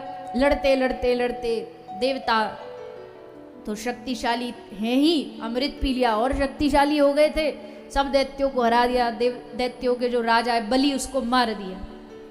बलि के गुरु शुक्राचार्य जी ने फिर संजीवनी से बलि को जीवित किया। फिर बलि ने स्वर्ग पर चढ़ाई करके देवताओं को हराया। देवता हार गए, अपनी माँ के पास उदास होकर के गए। तब माता, देवताओं की जो माता है अदिति, वो व्रत करती हैं और उनके घर में भगवान अवतार ले ऐसा निवेदन करती हैं। भगवान ने उनकी प्रार्थना को स्वीकार किया है और उनके घर श्री वामन भगवान का प्रागट्य हुआ है। बोलिए श्री वामन भगवान की जय। श्री वामन भगवान सुंदर रूप धारण करके आज बलि के द्वार पर पधार रहे हैं। बलि यज्ञ कर रहा है और उस यज्ञ में श्री वामन भगवान पधार करके बलि के सामने याचना कर रहे हैं। देवताओं का कार्य सिद्ध करने के लिए श्री वामन भगवान बलि के द्वार पर पधारे। बलि के द्वार पर आए, बलि बड़ा प्रसन्न हुआ। हमारा इतना शुभ कार्य चल रहा है, ये यज्ञ अगर बलि पूरा कर लेता तो वो स्वर्ग का राजा बन जाता। और ऐसे शुभ कार्य में हमारे द्वार पर बिन न्योते के कोई ब्राह्मण आया है तो इसका मतलब है ये तो शुभ संकेत है भगवान की ओर से। तो बलि अपना यज्ञ का आसन छोड़ के पहले ब्राह्मण देवता के स्वागत सत्कार के लिए गया। उठ करके जाके प्रणाम किया। वामन भगवान के रूप को देखा, हा बड़ा सुंदर रूप है, वामन अंगुल के हैं, बड़े प्यारे से हैं, सुंदर से हैं। रूप को देख करके आकर्षित हो गया, मोहित हो गया। और फिर निवेदन किया कि हे ब्राह्मण देवता, क्या सेवा करें आपकी? आप हमारे घर पधारे हो, आप हमारे राज्य में आए हो, बताइए हम आपको क्या दें? वामन भगवान बोले तुझे लगता हम कुछ लेने मांगने आए हैं? हमको भिक्षुक समझा है? हम मांगने वाले ब्राह्मण नहीं हैं। बलि बोला महाराज क्षमा करें, हमारा भाव ऐसा नहीं था कि आप मांगने आए, पर हमारा मन का भाव है, हम चाहते हैं कुछ देना। तो महाराज कुछ भी जो आपका भाव हो, देखो देने को तो हम अपनी मर्जी से कुछ भी दे देंगे, पर मांगने वाले की मर्जी से दिया जाए तो तनिक उसको खुशी ज्यादा होती है कि हमारा मनपसंद वस्तु प्रदान करी। तो आप बोल दीजिए क्या दें आपको। श्री वामन भगवान ने पहले तो खूब मना किया, भीतर तो मांगने ही आए हैं पर बड़े छल रूप से आए हैं ना, इसलिए मना कर रहे हैं। बार बार बलि के निवेदन पे कहा, अच्छा ठीक है, इतना तू बार बार हमको कह रहा है तो अब अच्छा भी नहीं लगता, तेरा भाव है तो तू एक काम कर, हमको 3 पग भूमि दान में दे दे। सो बलि हंसने लगा इतने बड़ा राजा तुमसे कह रहा कुछ भी मांग लो, जो चाहे मांग लो। और 3 पग भूमि में क्या होता महाराज? 3 पग भूमि तो मेरे लिए कुछ है ही नहीं देने योग्य। भगवान बोले तेरे लिए देने योग्य नहीं, पर हमारे लिए तो लेने योग्य है। हमको जितना चाहिए उतना ही चाहिए, उससे ज्यादा हमें ज्यादा की इच्छा नहीं, हम संतोषी ब्राह्मण हैं। बलि बोला ठीक है प्रभु, अब देखो हम तो याचक की इच्छा से देना चाहते, अब आपकी ये इच्छा तो यही सही, ले लीजिए आप जहां आपको रुचि अच्छी लगे। वामन भगवान बोले ऐसे नहीं लेंगे, पहले संकल्प लो, हाथ में जल लो, संकल्पित हो, तब मानेंगे कि हाँ तुम देने को तैयार हो, तब लेंगे। अरे प्रभु पर 3 पग के लिए क्या संकल्प लेना? भगवान कह रहे बेटा तेरी नजरों में तो 3 है, अभी तू मेरा 3 देखना। भैया हम तो देखो संकल्प होगा तो ही दान लेंगे, नहीं तो हम बिना संकल्प का दान नहीं लेते। अच्छा ठीक है महाराज। पत्नी को कहा लाना जरा जल लाना। हल्ला मच गया, भैया एक ब्राह्मण आया बड़ा संतोषी है। बलि महाराज के गुरु शुक्राचार्य जी के कान में खबर गई, भैया ब्राह्मण संतोषी, ब्राह्मण भी और संतोषी भी हो, ये बात हो जाए तो फिर महाराज आनंद ही आनंद, सोने पे सुहागा। हम भी तो दर्शन करें, हम भी तो जाके देखें। ऐसे ब्राह्मण का आए, आकर के देखा, शुक्राचार्य जी तो देखते ही समझ गए ये कोई याचक वाचक नहीं, ये कोई ब्राह्मण नहीं, ये जगत नियंता आया है इस हमारे चेला को लूटने के लिए। तो गुरुजी बोले खबरदार, इसको कुछ दिया तो कुछ नहीं देना, कुछ नहीं देना। बलि बोला ऐसे कुछ नहीं देना, हमारे द्वार पर कोई आया खाली हाथ लौट जाए, ऐसा तो आज तक इस राज्य में हुआ नहीं, ये नई परंपरा हम तो नहीं शुरू करेंगे। पर तू जानता नहीं ये कौन है? बलि बोला कोई भी हो, ले भगवान नारायण है, तुझे छलने आए, ठगने आए। बलि बोला तो इससे अच्छी बात क्या हो सकती है? ठग ले, हमें इसमें भी कोई फर्क नहीं पड़ता, हमसे सब लूट ले, हमें इसमें भी फर्क नहीं पड़ता। और गुरुजी आपको तो खुश होना चाहिए कि दुनिया जिसके पास मांगने जाती है आज वो आपके चेला के पास मांगने आया है। सो महाराज आज मत रोकिए, आज खुले हाथ देने दीजिए, जो होगा देखा जाएगा। जानते हुए भी बलि ने संकल्प किया। संकल्प होते ही शिवामन भगवान ने विराट रूप धारण कर लिया। विराट रूप धारण करके बलि का राज काज, स्वर्ग पाताल पृथ्वी सब कुछ 2 पग भूमि में वामन भगवान ने नाप लिया। 2 पग में ही सब कुछ चला गया, तो तीसरा तो अभी भी रह गया था, बाकी था। श्री वामन भगवान ने जब बलि से पूछा तो बलि ने कहा कि प्रभु राज्य आपने ले लिया, पर राज्य को चलाने वाला अभी राजा बाकी है, इस राजा को भी तो आप अपना बनाओ।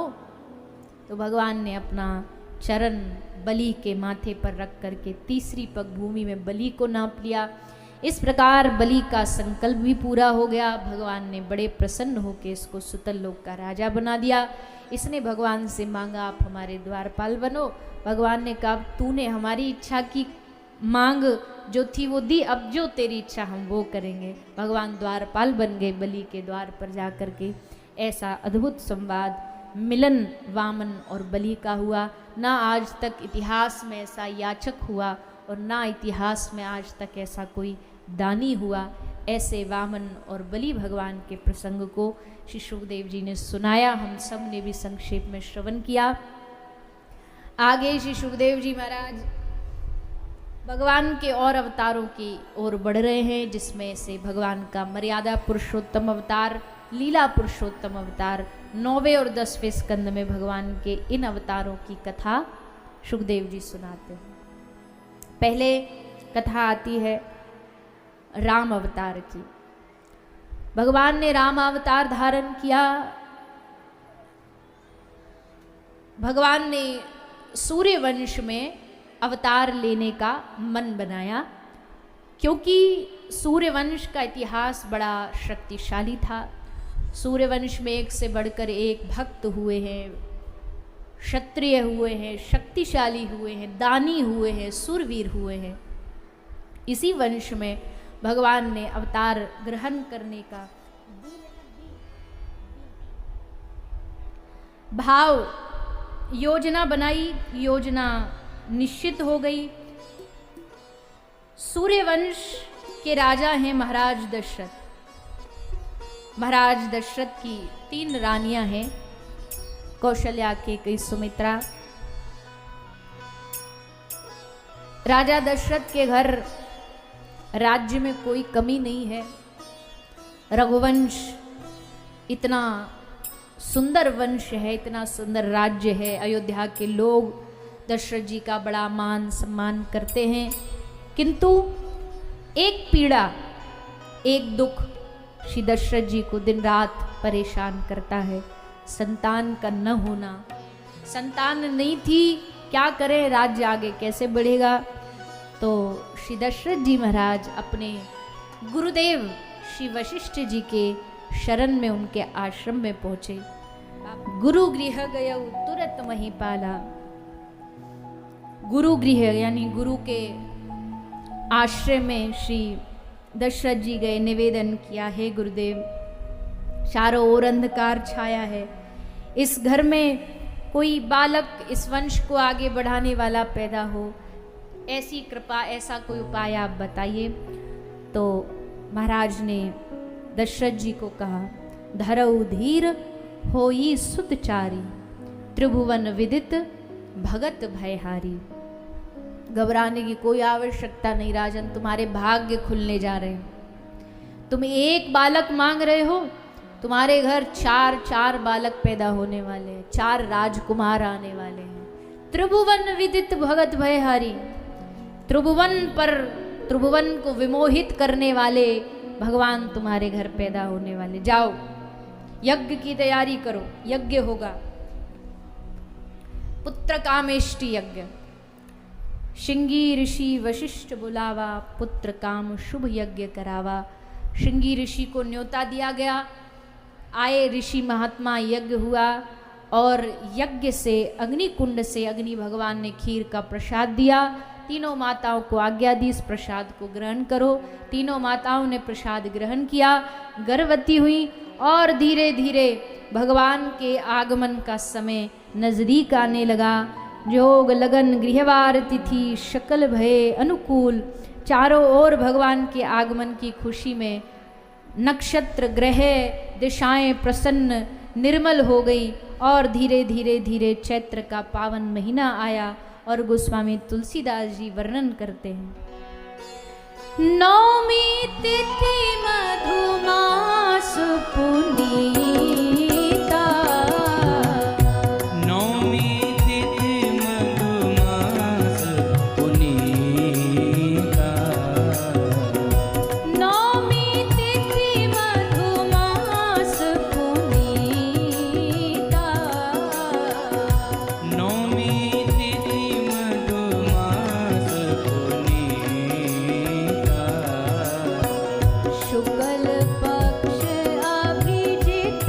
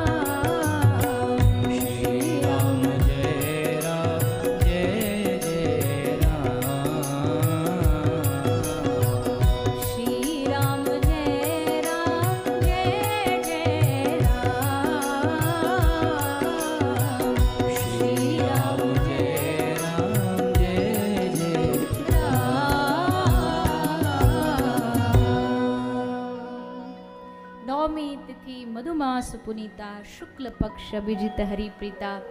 शुक्ल पक्ष में नवमी तिथि को चैत्र के महीने में अभिजीत मुहूर्त में मध्याह्न में ठीक दोपहर को माता कौशल्या के आंगन में दशरथ जी के आंगन में मर्यादा पुरुषोत्तम भगवान श्री राम लला का प्रागट्य हुआ।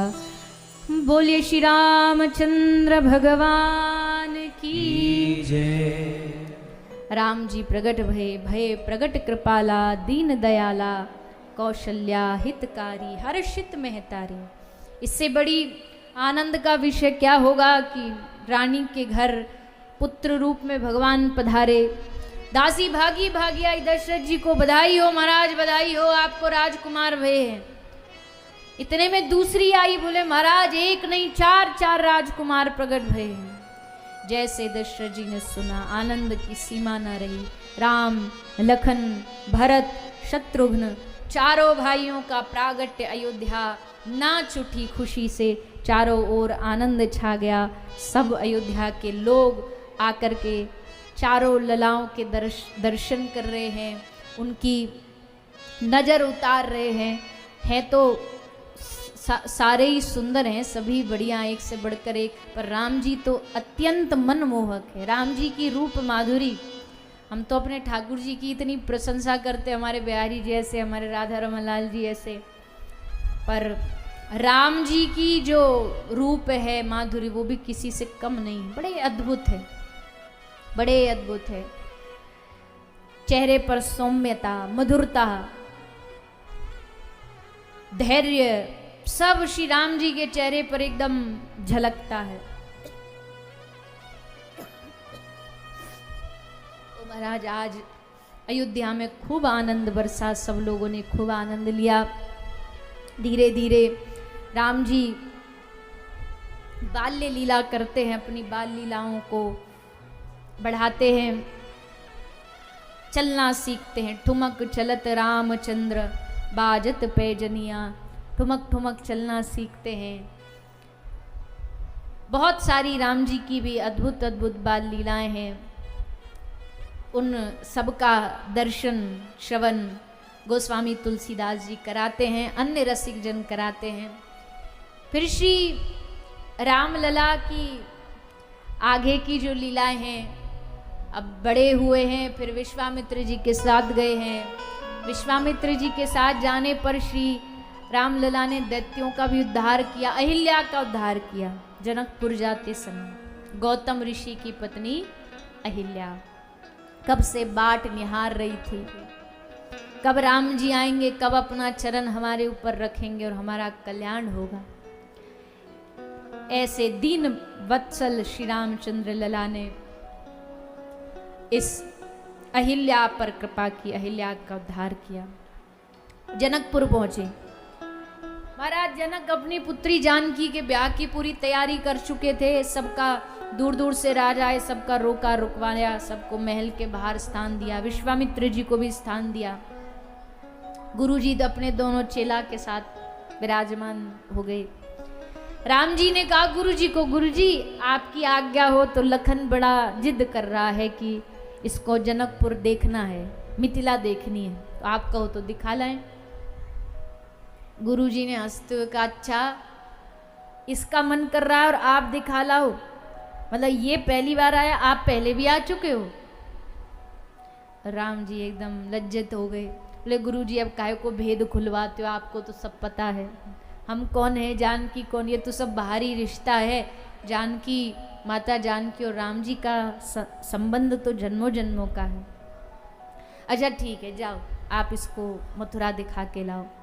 चल पड़े श्री राम जी लखन को लेकर के मिथिला के गलियों में घूमे। सारे मिथिला के लोग आ गए राम जी का दर्शन करने। नारियां दर्शन करती और मन मन भगवान से प्रार्थना करती है हे प्रभु ब्याह हो हमारी लाली का जानकी का तो इन्हीं के साथ हो यही योग्य है हमारी जानकी के।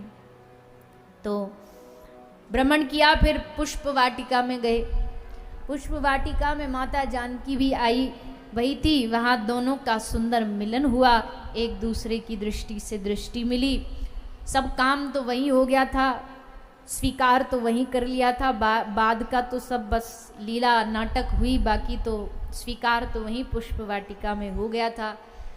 फिर स्वयंवर हुआ, धनुष भंग का जो शर्त महाराज जनक ने रखी कोई कर ना पाया, लेकिन राम जी ने जा कर के धनुष भंग किया और माता जानकी के साथ विवाह किया। राम जानकी का सुंदर विवाह हुआ।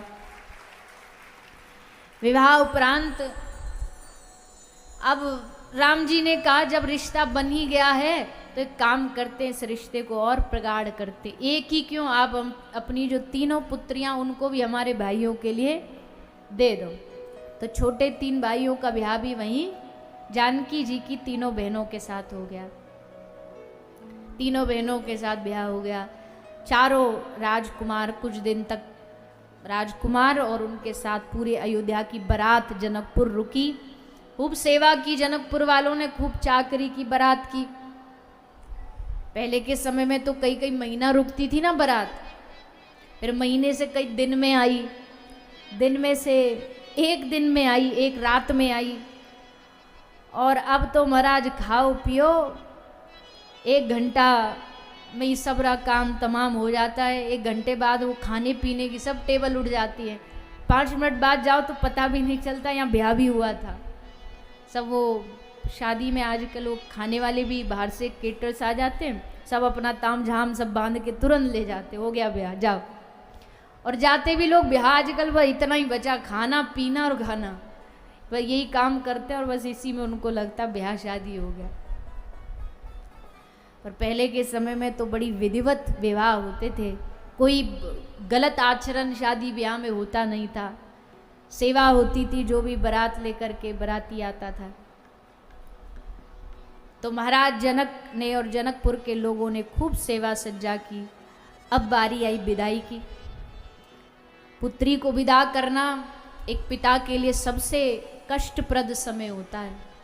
महाराज जनक तो एक नहीं 4 बेटियों को एक साथ विदा कर रहे हैं, एक साथ विदा कर रहे हैं। खूब महाराज जनक अश्रु बहाते हुए, पूरे जनकपुर ने अश्रु बहाए। आज माता जानकी जा रही है। एक पिता के लिए वैसे ही ये समय बड़ा कष्टदायी होता है, बेटी जा रही है और ऊपर से आजकल दूसरी तरफ से और रोना इस बात का कि वहाँ से लड़के वाले प्रेशर करते रहते हैं, छोरी जब ही विदा होगी जब इतने का लिफाफा मिलेगा, गाड़ी चाहिए। अरे भैया नहीं कहा तो इसका मतलब ये थोड़ी है नहीं लेंगे। ध्यान रखना, ये जो जितने भी दहेज लेने देने वाले होते हैं ना, इनका जो परिणाम होता है बड़ा भयानक होता है। संत महात्मा कहते दहेज की चीज़ बड़ी खतरनाक होती है। और यकीन नहीं हो तो मामा शकुनी को और मंथरा को देख लो, ये दोनों दहेज के आइटम थे, दोनों ही दहेज में मिले थे। तो देखो दोनों ने सारा बेड़ा गर्क कर दिया, इधर मंथरा ने और उधर शकुनी मामा ने। तो कोई भी किसी भी प्रकार से दहेज नहीं लेना चाहिए, नहीं देना चाहिए। अपनी लड़कियों को इतना शक्तिशाली बनाओ कि कोई लड़का आकर के गए इतना पैसा लेंगे तो ब्याह करे, तो लड़की मुंह पे स्पष्ट मना कर दे कि हमको यहाँ दुकान खोल के नहीं बैठे। लड़कियों को खूब पढ़ाओ लिखाओ, उनको योग्य बनाओ। ऐसा मत समझो अरे बेटी तो है पराए घर ही तो जाएगी, क्या करेंगे इसको पढ़ा करके। जरूर पढ़ाइए लड़कियों को, पढ़ाई शिक्षा के लिए, कहीं उनको अच्छी शिक्षा के लिए कहीं बाहर भी भेजना पड़े तो ऐसा नहीं। पुत्रों को तो बेटों को तो भेज देते हैं, बेटियों की बारी आती है, ना अपना भविष्य चुन सकती है, ना अपनी पढ़ाई चुन सकती है, ना अपना वर चुन सकती है। तो ये सब नहीं होना चाहिए। आप अपनी पुत्रियों को, अपनी बेटियों को इतना शिक्षित बनाओ, जो अध्ययन वो करना चाहे, डॉक्टर बनना चाहे, जो पढ़ाई करना चाहे उनको पढ़ाइए, क्योंकि आप उनको पढ़ाओगे तो आगे आने वाली भारत की राष्ट्र की पीढ़ी पढ़ेगी। ये नहीं सोचना चाहिए अरे घर जा कर के रोटी तो बनानी है, ऐसा बिल्कुल भी नहीं सोचें। कन्याओं को खूब पढ़ाइए लिखाइए, उनको चुनने का अवसर दीजिए, जो पढ़ना चाहे, जो शिक्षा लेना चाहे। तभी तो हक से कह सकती है कि नहीं हम जो दहेज लेगा उससे हम ब्याह नहीं करेंगे। अब बेचारी वो पढ़ी लिखी इतनी होती नहीं है, फिर जो कह दे माता पिता की इतना पैसा लेन देन चालू हो जाता। फिर घर में जब कोई कन्या को लड़का देखने वाला आता ना, तो घर में पूरा भौचाल मचा रहता, भैया ऐसे कोई लड़का नहीं तो पा रही हो, ये ना हो जाए, लड़की हो ऐसे कपड़े पहनना, ऐसे दिख के आना। अरे ये कोई प्रोडक्ट थोड़ी है कि इसको पेश करोगे किसी लड़के के सामने और फिर लड़का हाँ या ना करके जाए, हो सकता है लड़की भी ना कर दे। लड़के वाले वो आते एकदम फैशन में, टौर में, बढ़िया कपड़ा लत्था पहन करके, खूब तो नमकीन बिस्किट खा लेंगे, गटागट चाय पी लेंगे, और चाय पी करके फिर वो आती है साथ में वो भीमसेनी काजल लगा के सासू माता, वो फिर इंटरव्यू चालू करती है, कितनी पढ़ी हो। अब मन में सोचती है तुझसे तो ज़्यादा ही पढ़ी हूँ, पर अब कुछ कह नहीं सकती ना, तो वो बताती है फिर कि जी ज़्यादा नहीं, इतना पढ़ी हूँ। अच्छा, सिलाई बुनाई आती है? हाँ जी थोड़ा बहुत कर लेते। खाना बना लेती हो? हाँ जी बना तो लेते हैं। गावा लेती हो? हाँ जी थोड़ा बहुत तो गा भी लेते हैं। सब रहा इंटरव्यू लेकर के, फिर लास्ट में क्या बोलते हैं, हम घर जाके जवाब देंगे। अब घर जाके जवाब देंगे, वो बेचारा पिता जो होता है धोती बांधे बेचारा, हाँ जी हाँ जी हाँ जी आप जवाब जल्दी कुछ बताइएगा। बेचारे पूरे रात उसको जब कल लड़का देखने आने तो नींद नहीं आती बेचारे को, मंदिरों गुरुद्वारों में जा, महाराज जी आशीर्वाद देना, आज लड़के वाले आ रहे हैं, देखने आ रहे हैं लाली को, सो हो जाए फाइनल, ऐसा कृपा करना। सो जाते जाते बोला हम जवाब देंगे। जान लगे तो लड़की ने सास को कहा कि मैया ने रुको। मैया रुकी तो बोली तुम्हारे लड़का को तबला बजाना आता है? तो बोली कि क्या कर, तुझे क्या लेना देना तबला से? बोले मैं नाचूंगी तो तबला क्या तुम्हारा बाप बजाएगा? जब घर में एक गाने वाला चाहिए तो एक बजाने वाला चाहिए, एक इंस्ट्रूमेंट साथ में हो ना, रिदम होनी चाहिए, तभी तो गाएंगे। तो बोले तुम उसको सिखा दो, हम गाना सीख। अरे तुमको कौन सा इसको सिंगिंग कंपटीशन में भेजना है, नाचना गाना। देखो कोई भी कन्या नए घर से आती है ना, तो उसका पूरा दिनचर्या, उसका पूरा व्यवहार एकदम अलग होता है, और एकदम से नए परिवार में आके घुलना मिलना ये कोई आसान काम नहीं होता। ये आसान काम नहीं है। एकदम से सब कुछ बदल जाना, खान पान बदल जाना, बात करने का ढंग बदल जाना, सब कुछ बदलना पड़ता है, उनके रंग में ढलना पड़ता है। तो थोड़ा समय तो लगेगा, समय लगेगा तो उसे थोड़ा समय दो। जैसे आप अपनी पुत्री, खासकर ये प्रवचन जो हो रहा है ना माताओं के लिए हो रहा है, क्योंकि सबसे ज़्यादा खतरनाक काम ये माता ही करती है। खुद इस रास्ता से गुजर चुकी होती है। जब खुद आई थी तो अपनी सास आंख देखे नहीं सोती थी, और जब अपनी बहू आती है तो फिर सास बन जाती है। अब देखो ये मैं कथा में ज़्यादा सास बहू की बात करना नहीं चाहती, पर अब बात चली है तो कहना जरूरी है, क्योंकि कितने घर बर्बाद होते हैं आपसी व्यवहार के कारण। आप जैसा चाहती थी ना, जिस समय आप बहू बन करके आई थी हमारा सास ऐसी व्यवहार करे, वैसा व्यवहार आपकी बहू भी आपसे चाहती। उसे थोड़ी स्वतंत्रता दो। कुछ पहन रही है तो ये नहीं नाक चढ़ा करके ये क्या पहन करके घूमती है, क्या करती है वो भी जीव, और उसके पूर्व जन्म के कुछ संस्कार हैं, वो अपने संस्कार नहीं छोड़ सकती। आप उसको चाहो एक दिन में आकर के सब झट से पूरा बदल जाए, नहीं बदल सकती है। और आप अगर उसको प्यार दोगी तो वो आपको प्यार देगी। आपको पहले प्यार देना पड़ेगा आयु की वजह से, क्योंकि आपकी उम्र ज़्यादा है। आप प्यार दोगी तो अब प्यार देने की बजाय वो मायके से अटैची में क्या बांध के लाई है वो देखती है, कितना किलो लाई। अगर 2 किलो से 1 किलो भी आ गया ना, सोई झगड़ा। अपने बेटों को इतना परिश्रम कराओ, इतना शक्तिशाली बनाओ कि वो 10, 20, 50 रुपया के लिए बहू के पैसा पर आदर इतना हो कि वहाँ मायके से कपड़ा आएगा, लत्ता आएगा। दहेज बहुत बुरी बीमारी है। इससे ये बातें इसलिए भी मैं कर रही हूँ क्योंकि इसके कारण से बहुत सारी बच्चियों को, लड़कियों को अपने प्राण तक त्यागने पड़ते हैं। दहेज के लिए जिंदा जला दी जाती है। तो ये बहुत बड़ा रोग है दहेज प्रथा, लेन देन प्रथा, इससे बचना चाहिए। तो महाराज कन्या जाए घर से, महाराज जनक के हृदय आज 4 पुत्रियां जा रही हैं, विदा हो रही हैं, लेकिन ये तो जग की रीत है, जाना पड़ेगा। इसलिए महाराज दशरथ ने रोते हुए विदाई की है 4 पुत्रियों की। 4 पुत्रियां आई, अवध पहुंची, सब रानियों ने इन बहुओं का स्वागत किया। यहाँ अवध में फिर राम जी की लीलाएं बढ़ी। दशरथ महाराज ने राजा बनाने की घोषणा कर दी, पर रात्रि रात्रि में माता कैकेयी ने 14 वर्ष का वनवास मांगा। राम जी 14 वर्ष के वनवास पर जाते हैं। वनवास में क्या क्या लीला घटी आप सब परिचित हैं। वनवास में भगवान श्री राम ने दैत्यों पर कृपा की, भक्तों पर कृपा की, और अंत में रावण का उद्धार करके माता जानकी को लेकर के आते हैं। राम राज्याभिषेक होता है, राम दरबार सजता है, और इसी के साथ गोस्वामी तुलसीदास जी अपनी राम कथा को विश्राम दे देते हैं। वाल्मीकि ऋषि ने और आगे लव कुश की जो चरित्र है उसको भी गाया है, और सुखदेव जी ने भी यहीं अपनी कथा को संक्षेप में राम चरित्र को विश्राम किया है। हम सब भी राम कथा को यहीं विराम करते हुए अब हम सभी भगवान कृष्ण के प्रागट्य की ओर बढ़ेंगे। भगवान श्री कृष्ण का प्रागट्य, उनका जन्म जो हुआ है चंद्रवंश में हुआ है। चंद्रवंश के अनेक प्रतापी राजा, उन प्रतापी राजाओं के बल से भगवान चंद्रवंश को अपना वंश चुनते हैं।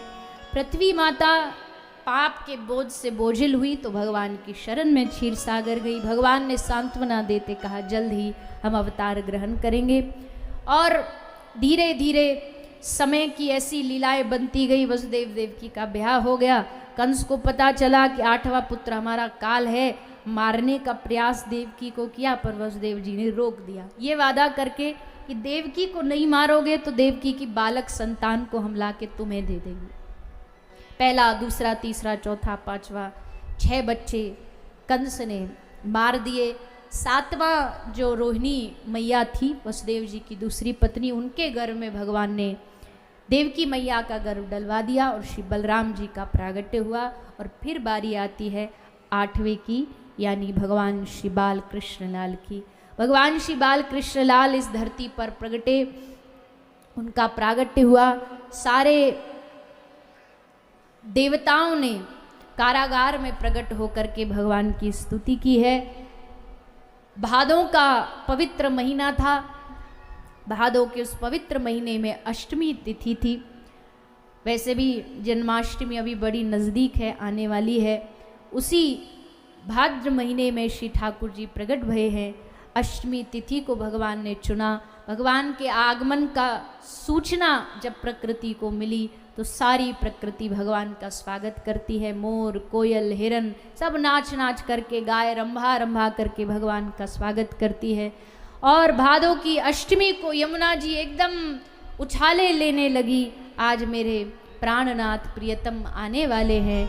और अर्धरात्रि को ठीक 12 बजे रात्रि को कंस के कारागार में भगवान श्री बाल कृष्ण लाल का प्रागट्य होता है। बोलिए बाल कृष्ण लाल की जय। तो श्री बाल कृष्ण लाल प्रगटे और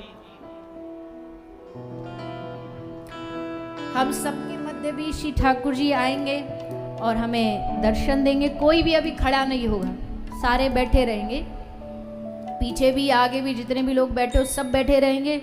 नंद महोत्सव होगा, बधाइयाँ मिलेंगी, तब आप सब खड़े होकर के नृत्य करोगे, बधाइयाँ प्राप्त करोगे। तब तक सब बैठ करके दर्शन करें और भगवान का स्वागत करें।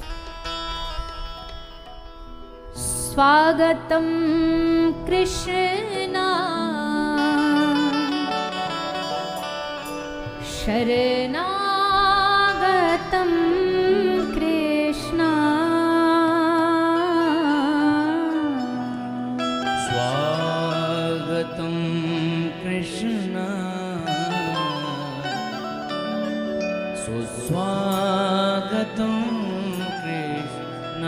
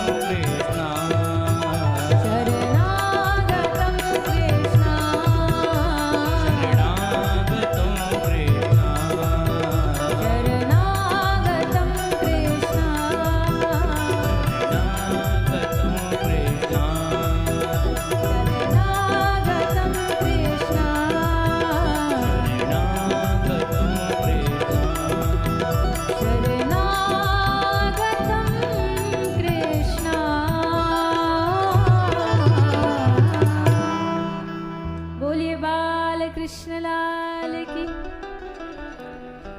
तो श्री ठाकुर जी का प्रागट्य हुआ। श्री ठाकुर जी को वसुदेव जी के द्वारा गोकुल लाया गया है। गोकुल में सुबह होते ही नंद महोत्सव की बधाइयाँ आरंभ हो जाती हैं। हम सब भी बधाइयाँ गाएंगे, आप सबको बधाइयाँ प्राप्त होंगी, आप तक बधाइयाँ पहुँचेंगी। बस सब लोग अपने अपने आभूषणों का, कीमती चीज़ों का ध्यान रखेंगे क्योंकि भीड़ बहुत है, तो कोई चीज़ खोए ना, बाल बच्चे खोए ना, उसका सब ध्यान रखें और फिर हम उत्सव मनाएंगे। उससे आइए सभी अपने अपने स्थान पर खड़े हो जाएंगे और भाव से आनंद लेते हुए सभी गाएंगे। हो ब्रज में है रही जय जयकार, नंद घर लाला जायो है।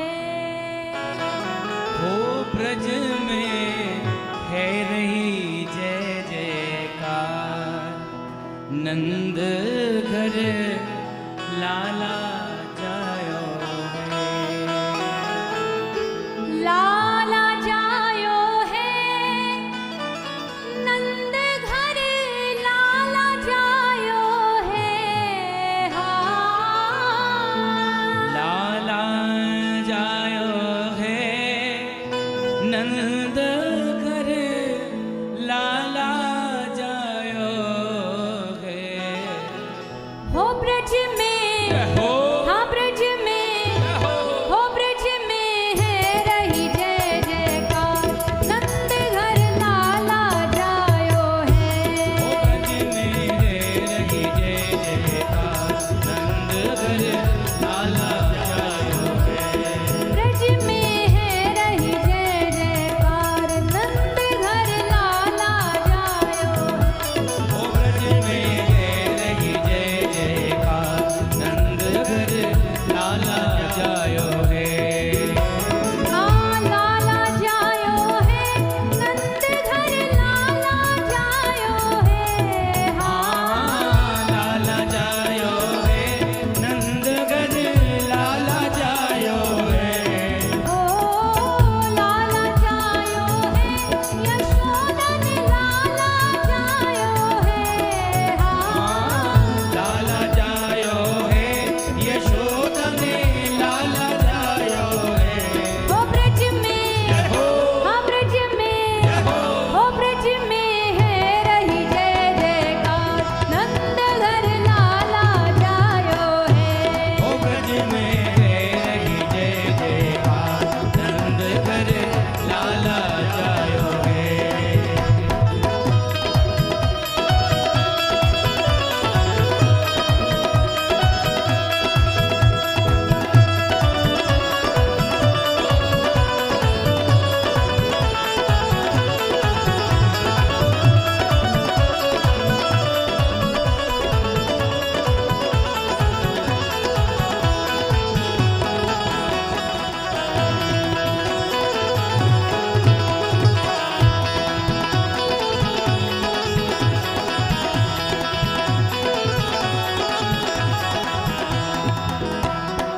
यूथ के यूथ नंद घर आवे, यूथ के यूथ नंद घर आवे। यूथ के यूथ नंद घर आवे। यूथ के यूथ नंद घर आवे। बाल बाल सब हिल मिल गावे, बाल बाल सब हिल मिल गावे। बाल बाल सब हिल मिल गावे। बाल बाल सब हिल मिल गावे। ब्रह्मानंद समान आज सुख सबने पायो है। हाँ ब्रह्मानंद समान आज सुख सबने पायो है। हो ब्रज में, हो हाँ ब्रज में, हो ब्रज में है रही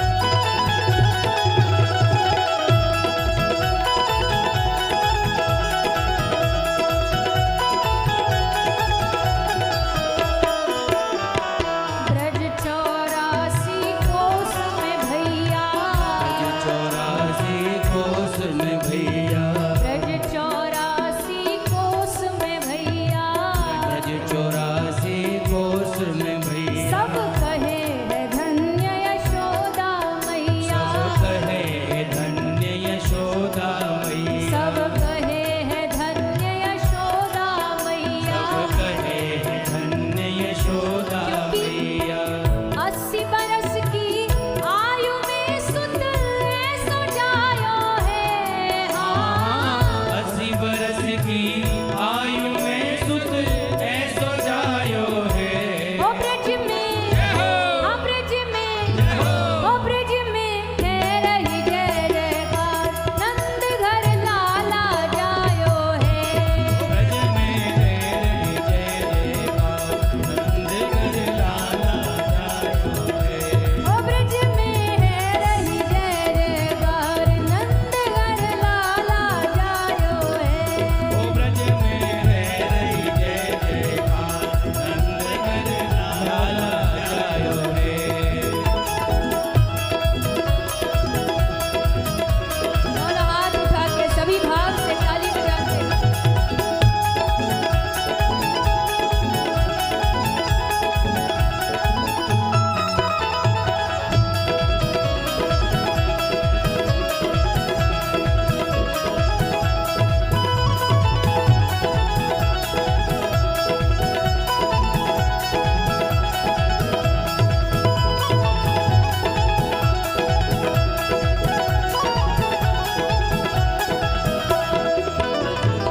नंद यशोदा भाग्य बढ़ाई, नंद यशोदा भाग्य बढ़ाए, नंद यशोदा भाग्य बढ़ाई, नंद यशोदा भाग्य बढ़ाए। सब ही को देने लगे बधाई, वही को देने लगे बधाई, सब ही को देने लगे बधाई।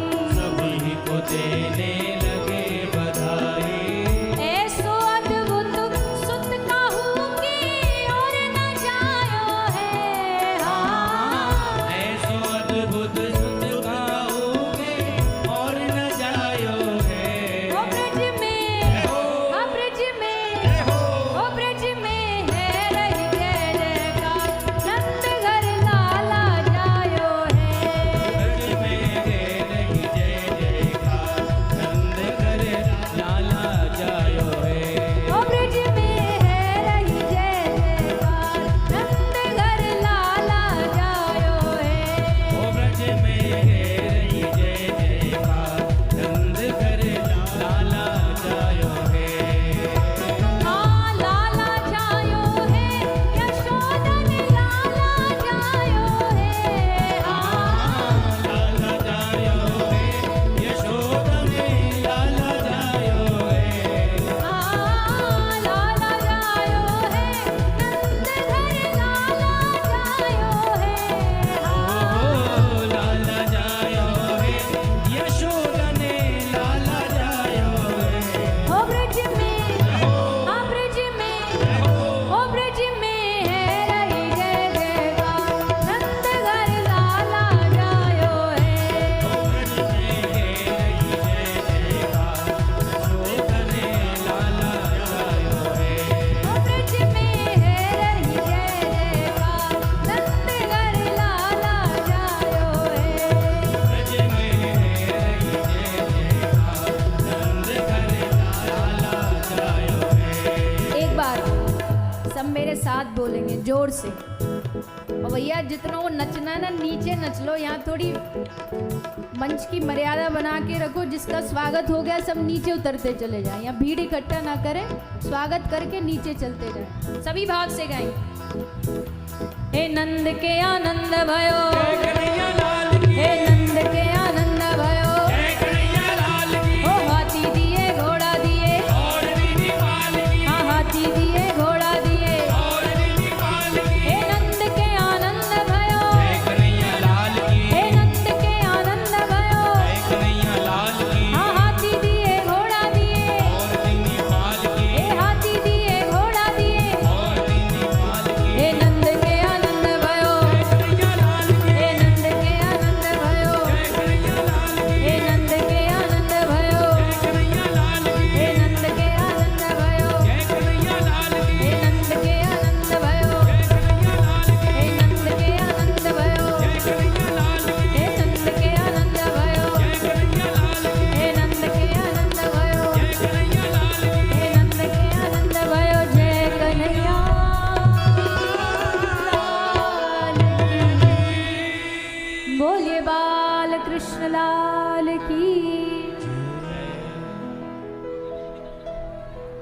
श्री निवेदन है, जो मंच पर यजमान परिवार हैं कृपया मंच खाली करना पड़ेगा।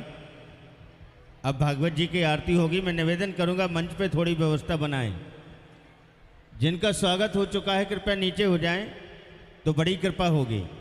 सभी भक्तजन निवेदन है जो मंच पर हैं मंच से नीचे हो जाएंगे। व्यवस्थापक जो आयोजक हैं निवेदन है व्यवस्था बनाएं। ओम ज्वालामालिन्ये नमः रत्नेश्वर्यै नमः सर्वोपचारार्थगन्धक्षत पुष्पाणिं समर्पयामि। ओम आरार्द्रे पार्थिव गोंगराजः पितुर्व्राजिधाम्भिः देवः सदामुक्षें बृहते बृहदिष्ट आत्मेकं वर्तते। आरती बाल कृष्ण की जय, अपनो जन्म सफल कर लीजिए। आरती बाल कृष्ण की जय, अपनो जन्म सफल कर लीजिए। श्री यशोदा को परम दुलारो, श्री यशोदा को परम दुलारो, बाबा की अखियन को तारो, बाबा की अखियन को तारो। गोपिन के प्राणन सो प्यारो, गोपिन के प्राणन सो प्यारो, इन पे प्राण न्योछावर कीजिए। आरती बाल कृष्ण की बलदाऊ को छोटो भैया, बलदाऊ को छोटो भैया, कनुआ कह कह बोले मैया। कनुआ कह बोले मैया। परम मुदित मन लेत चुरैया, परम मुदित मन लेत चुरैया, यह छबिने नल में भर लीजिए। आरती बाल कृष्ण की जय। तोतरी बोलन मधुर सुहावे, तोतर बोलन मधुर सुहावे, सखन माध्य खेलत सुख पावे। सकल मध्य खेलत सुख पावे। सोई सो कृति जो इनको ध्यावे, सोई सो कृति जो इनको ध्यावे। अब इनको अपनो कर लीजिए। आरती बाल कृष्ण की, श्री राधावर सुगत कन्हैया, श्री राधावर सुगढ़ कन्हैया, ब्रज जन को नवनीत खवैया। जन को नवनीत चुरई, देखत ही मन लेत चुरैया, देखत ही मन लेत चुरैया। अपनो सर्वस इनको दीजिए। आरती बाल कृष्ण की जय। अपनो जन्म सफल कर लीजिए। अपनो जन्म सफल कर लीजिए। आरती बाल कृष्ण की जय, आरती बाल कृष्ण की जय। आरती बाल कृष्ण की जय। आरती बाल कृष्ण ओम गर्तो निराजनं पुष्पादिवंदनम् आरोग्यार्थे आत्मादिवंदनमन्त्रपुष्पाञ्जलिः। ओम देवो शान्तिरन्तर्जगुं शान्तिः, पृथिवी शान्तिरापः शान्तिरोगदयः शान्तिः, वनजपतयः शान्तिर्विश्वे देवाः शान्तिर्ब्रह्म शान्तिः, सर्वगुं शान्तिः शान्तिरेव शान्तिः, सामा शान्तिरेधिः। हरिः ओम जदनेन जितनमयजन्त देवास्तानि धर्माणि व्रतमान्यासन्नः, ते हनाकं महिमानः सचन्त चित्रपूर्वे। साध्याः सन्ति देवाः। हरिः ओम एकदन्ताय विद्महे वक्रतुण्डाय धीमहि तन्नो दन्तिः प्रचोदयात् हरिः ओं नन्दनन्दनाय विद्महे यशोदानन्दनाय धीमहि तन्ना श्रीकृष्णः प्रचोदयात् शेवन्तिकावकुलचम्बकपाटलाब्जे पुन्नः गजाति करवीररसाले पुष्पै बिल्बप्रिबालतुलसी दलमञ्जरीभे त्वं पूजयामि जगदीश्वर मे प्रसीदा नानासुगन्धपुष्पाणि यथा कालुद्भवानि च पुष्पाञ्जलिर्मया दत्ता गृहाणा परमेश्वरः मन्त्रपुष्पाञ्जलिं समर्पयामि श्रीमद्भागवत महापुराण पुरुषोत्तमाय नमः। बोलिए भागवत महापुराण की, वृंदावन बिहारी लाल की, व्यास जी महाराज की, सुखदेव जी महाराज की, राधा रानी सरकार की, सतगुरुदेव भगवान की, श्री राधे गोविंद सरकार की, श्री राधे श्याम सुंदर भगवान की, गौ माता की, गौ शिवा धाम की। जय जय श्री राधे, जय जय श्री राधे, जय जय श्री राधे श्याम। निताई गौर हरि बोल। बोलिए नंद के लाला की जय हो।